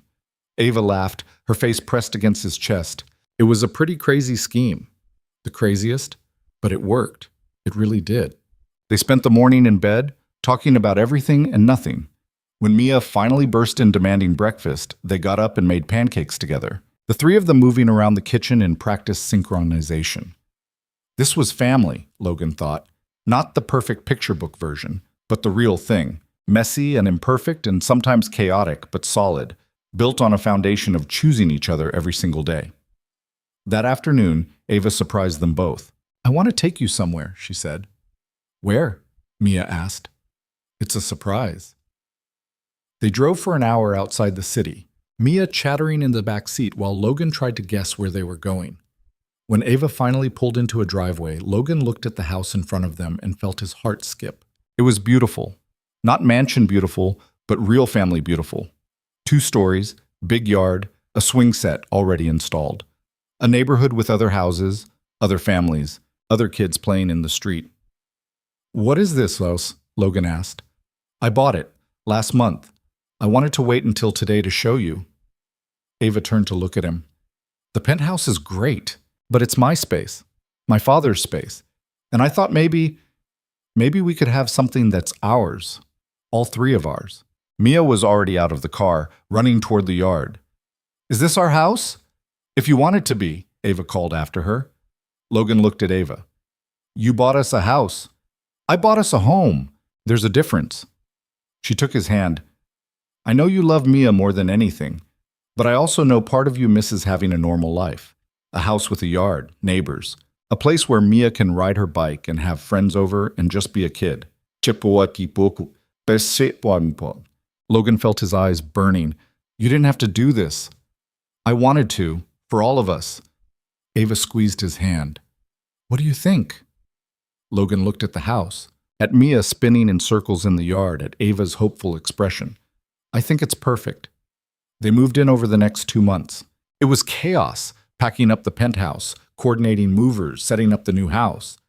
But it was also exciting, choosing paint colors for Mia's room, setting up a home office for Ava, building a life in a space that wasn't marked by anyone's past except theirs. The neighbors welcomed them with casseroles and curiosity. Logan braced for judgment, for whispered conversations about the CEO and her paid husband. But mostly people just seemed happy to have them there. One neighbor, a woman named Karen, who lived 2 houses down with her husband and 3 kids, showed up with cookies and an invitation to a block party. We're normal here, Karen said with a smile, which means we gossip and complain about property taxes and argue about whose turn it is to organize the Halloween parade. Hope you're ready. We're ready, Logan said. And they were, ready to be normal, ready to be a family in a regular neighborhood with regular problems. Mia flourished. She made friends with kids on the street, started riding her bike to the park, had sleepovers and birthday parties and all the normal kid things Logan had worried she was missing. Ava learned to cook, which was both hilarious and touching. She burned more meals than she successfully made, but she kept trying. She showed up for Mia's school events. She learned the names of the neighbors.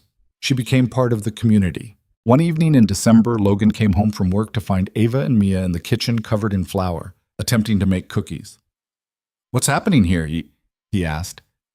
Baking disaster, Ava said cheerfully. These are supposed to be snowmen. They look like blobs. They're perfect blobs, Mia declared. Right, Daddy? Logan looked at them, his wife and daughter, covered in flour, laughing over misshapen cookies, and felt something settle in his chest. This was happiness.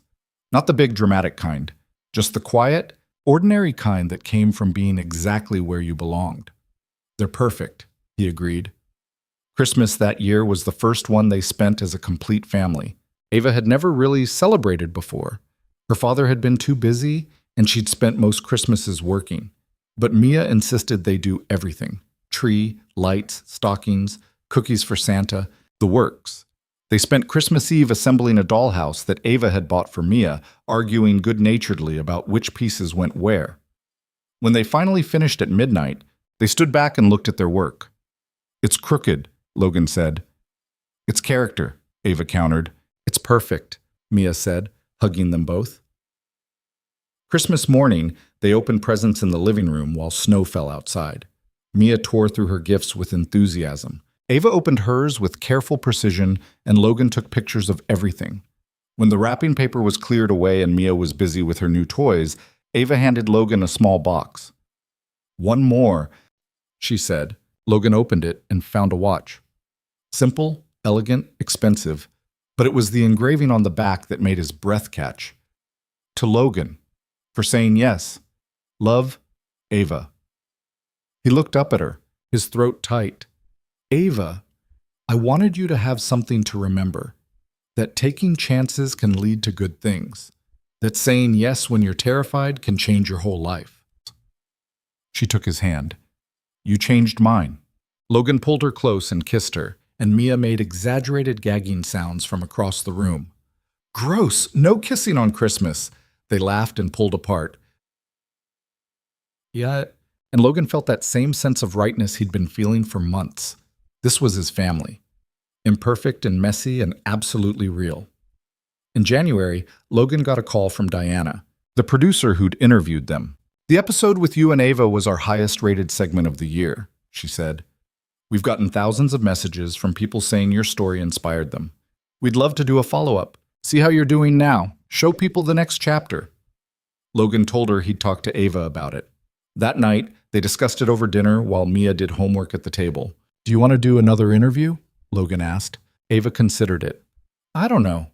The first one felt important, like we were setting the record straight. But now I kind of just want to live our lives without cameras. Me too. But, Ava looked at him. I hear a but in your voice. But maybe it would be good to show people that we're still here, still making it work. That the fairy tale didn't end after 30 days. This isn't a fairy tale. No, but it's still a good story. Yes. They agreed to do one more interview, but only on their terms. In their home, with Mia only participating if she wanted to, focused on the ordinary reality of their life rather than the dramatic origin story. The crew came in February and filmed them doing normal things, making dinner together, helping Mia with homework, Ava working from her home office while Logan handled bedtime. The quiet, unglamorous reality of being a family. Rachel, the interviewer, asked different questions this time. What's been the hardest part of making this work? Logan and Ava looked at each other. Learning to be partners, Logan said. Really partners. Not just in the business sense, but in life. Making decisions together, trusting each other, not trying to control everything.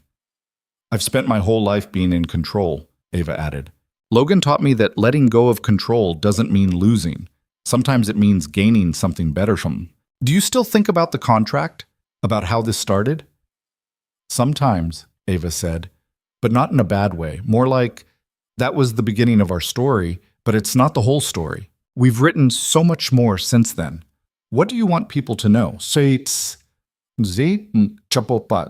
Logan thought about that. That love doesn't have to look a certain way to be valid. That it's okay if your story is weird or unconventional or doesn't fit the mold. That the best things in life often come from taking risks when you're terrified. He looked at Ava. And that sometimes the people we're supposed to be with show up in the most unexpected ways. The interview ended with them sitting on the couch together, Mia between them, all three of them laughing about something. Rachel asked if they had any final message. Mia spoke up before either adult could. Just that families come in all different kinds, and all of them are real if the people love each other. That's what my teacher says, and I think she's right.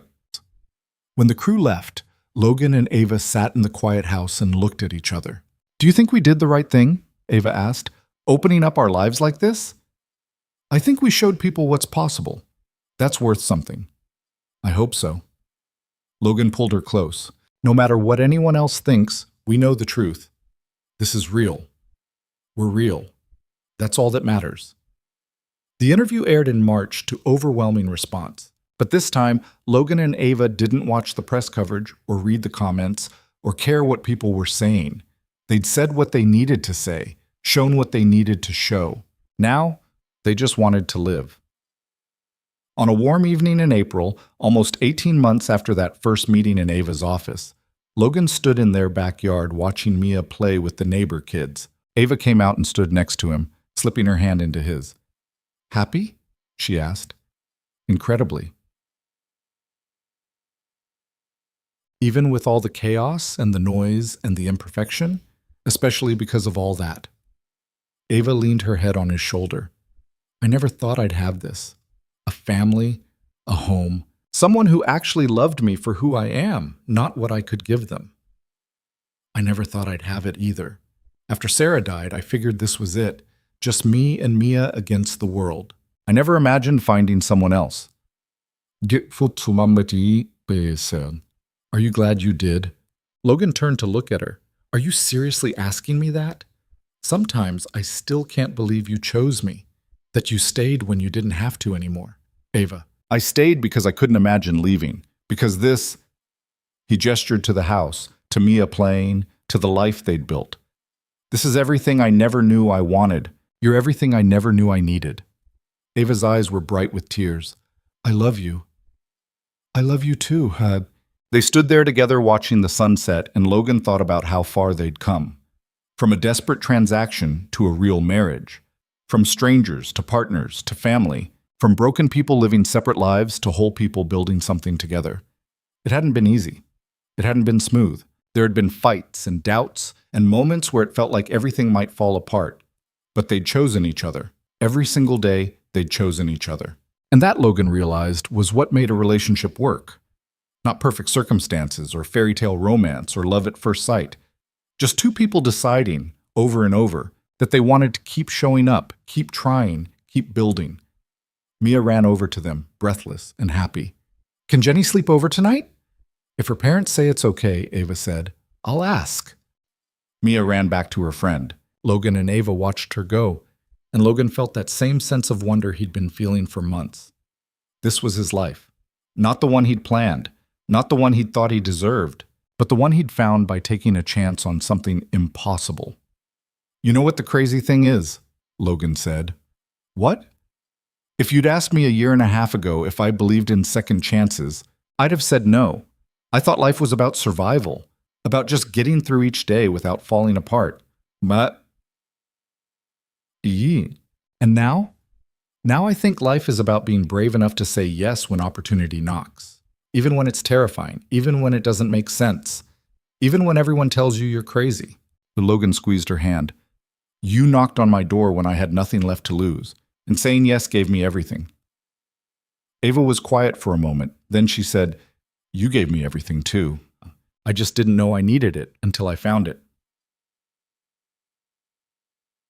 They went inside together as the sun dipped below the horizon, and Logan thought about how sometimes the best love stories aren't about destiny or fate or perfect timing. Sometimes they're about two broken people who find each other at exactly the right moment of desperation and decide to build something real out of something fake. Sometimes they're about taking risks, about being brave, about choosing each other even when it's hard. Sometimes they're about learning that you don't have to be perfect to deserve love. You just have to be willing to show up and do the work and believe that you're worth it. Logan Reed had learned all of that in 18 months. He'd gone from a man drowning in debt and fear to a man standing in his own backyard watching his daughter play while his wife stood beside him. He'd gone from survival mode to actually living. And it had all started with one word. Yes, one word that changed everything. One word that opened the door to a life he'd never imagined. One word that proved that sometimes the craziest decisions lead to the best outcomes. That night, after Mia was asleep and the house was quiet, Logan and Ava lay in bed together in the darkness. Logan? Ava said softly. Yeah? Thank you for saying yes. Logan pulled her closer. Thank you for asking. And that was the truth of it, really. Their whole story came down to those two moments, Ava asking, Logan answering, everything else. The contract, the 30 days, the board meetings, the press, the fights, the doubts, all of that was just details. The real story was simpler. Two people took a chance on each other. Two people chose to stay when they could have walked away. Two people built something real out of something that was supposed to be temporary. And in the end, that was enough, more than enough. It was everything.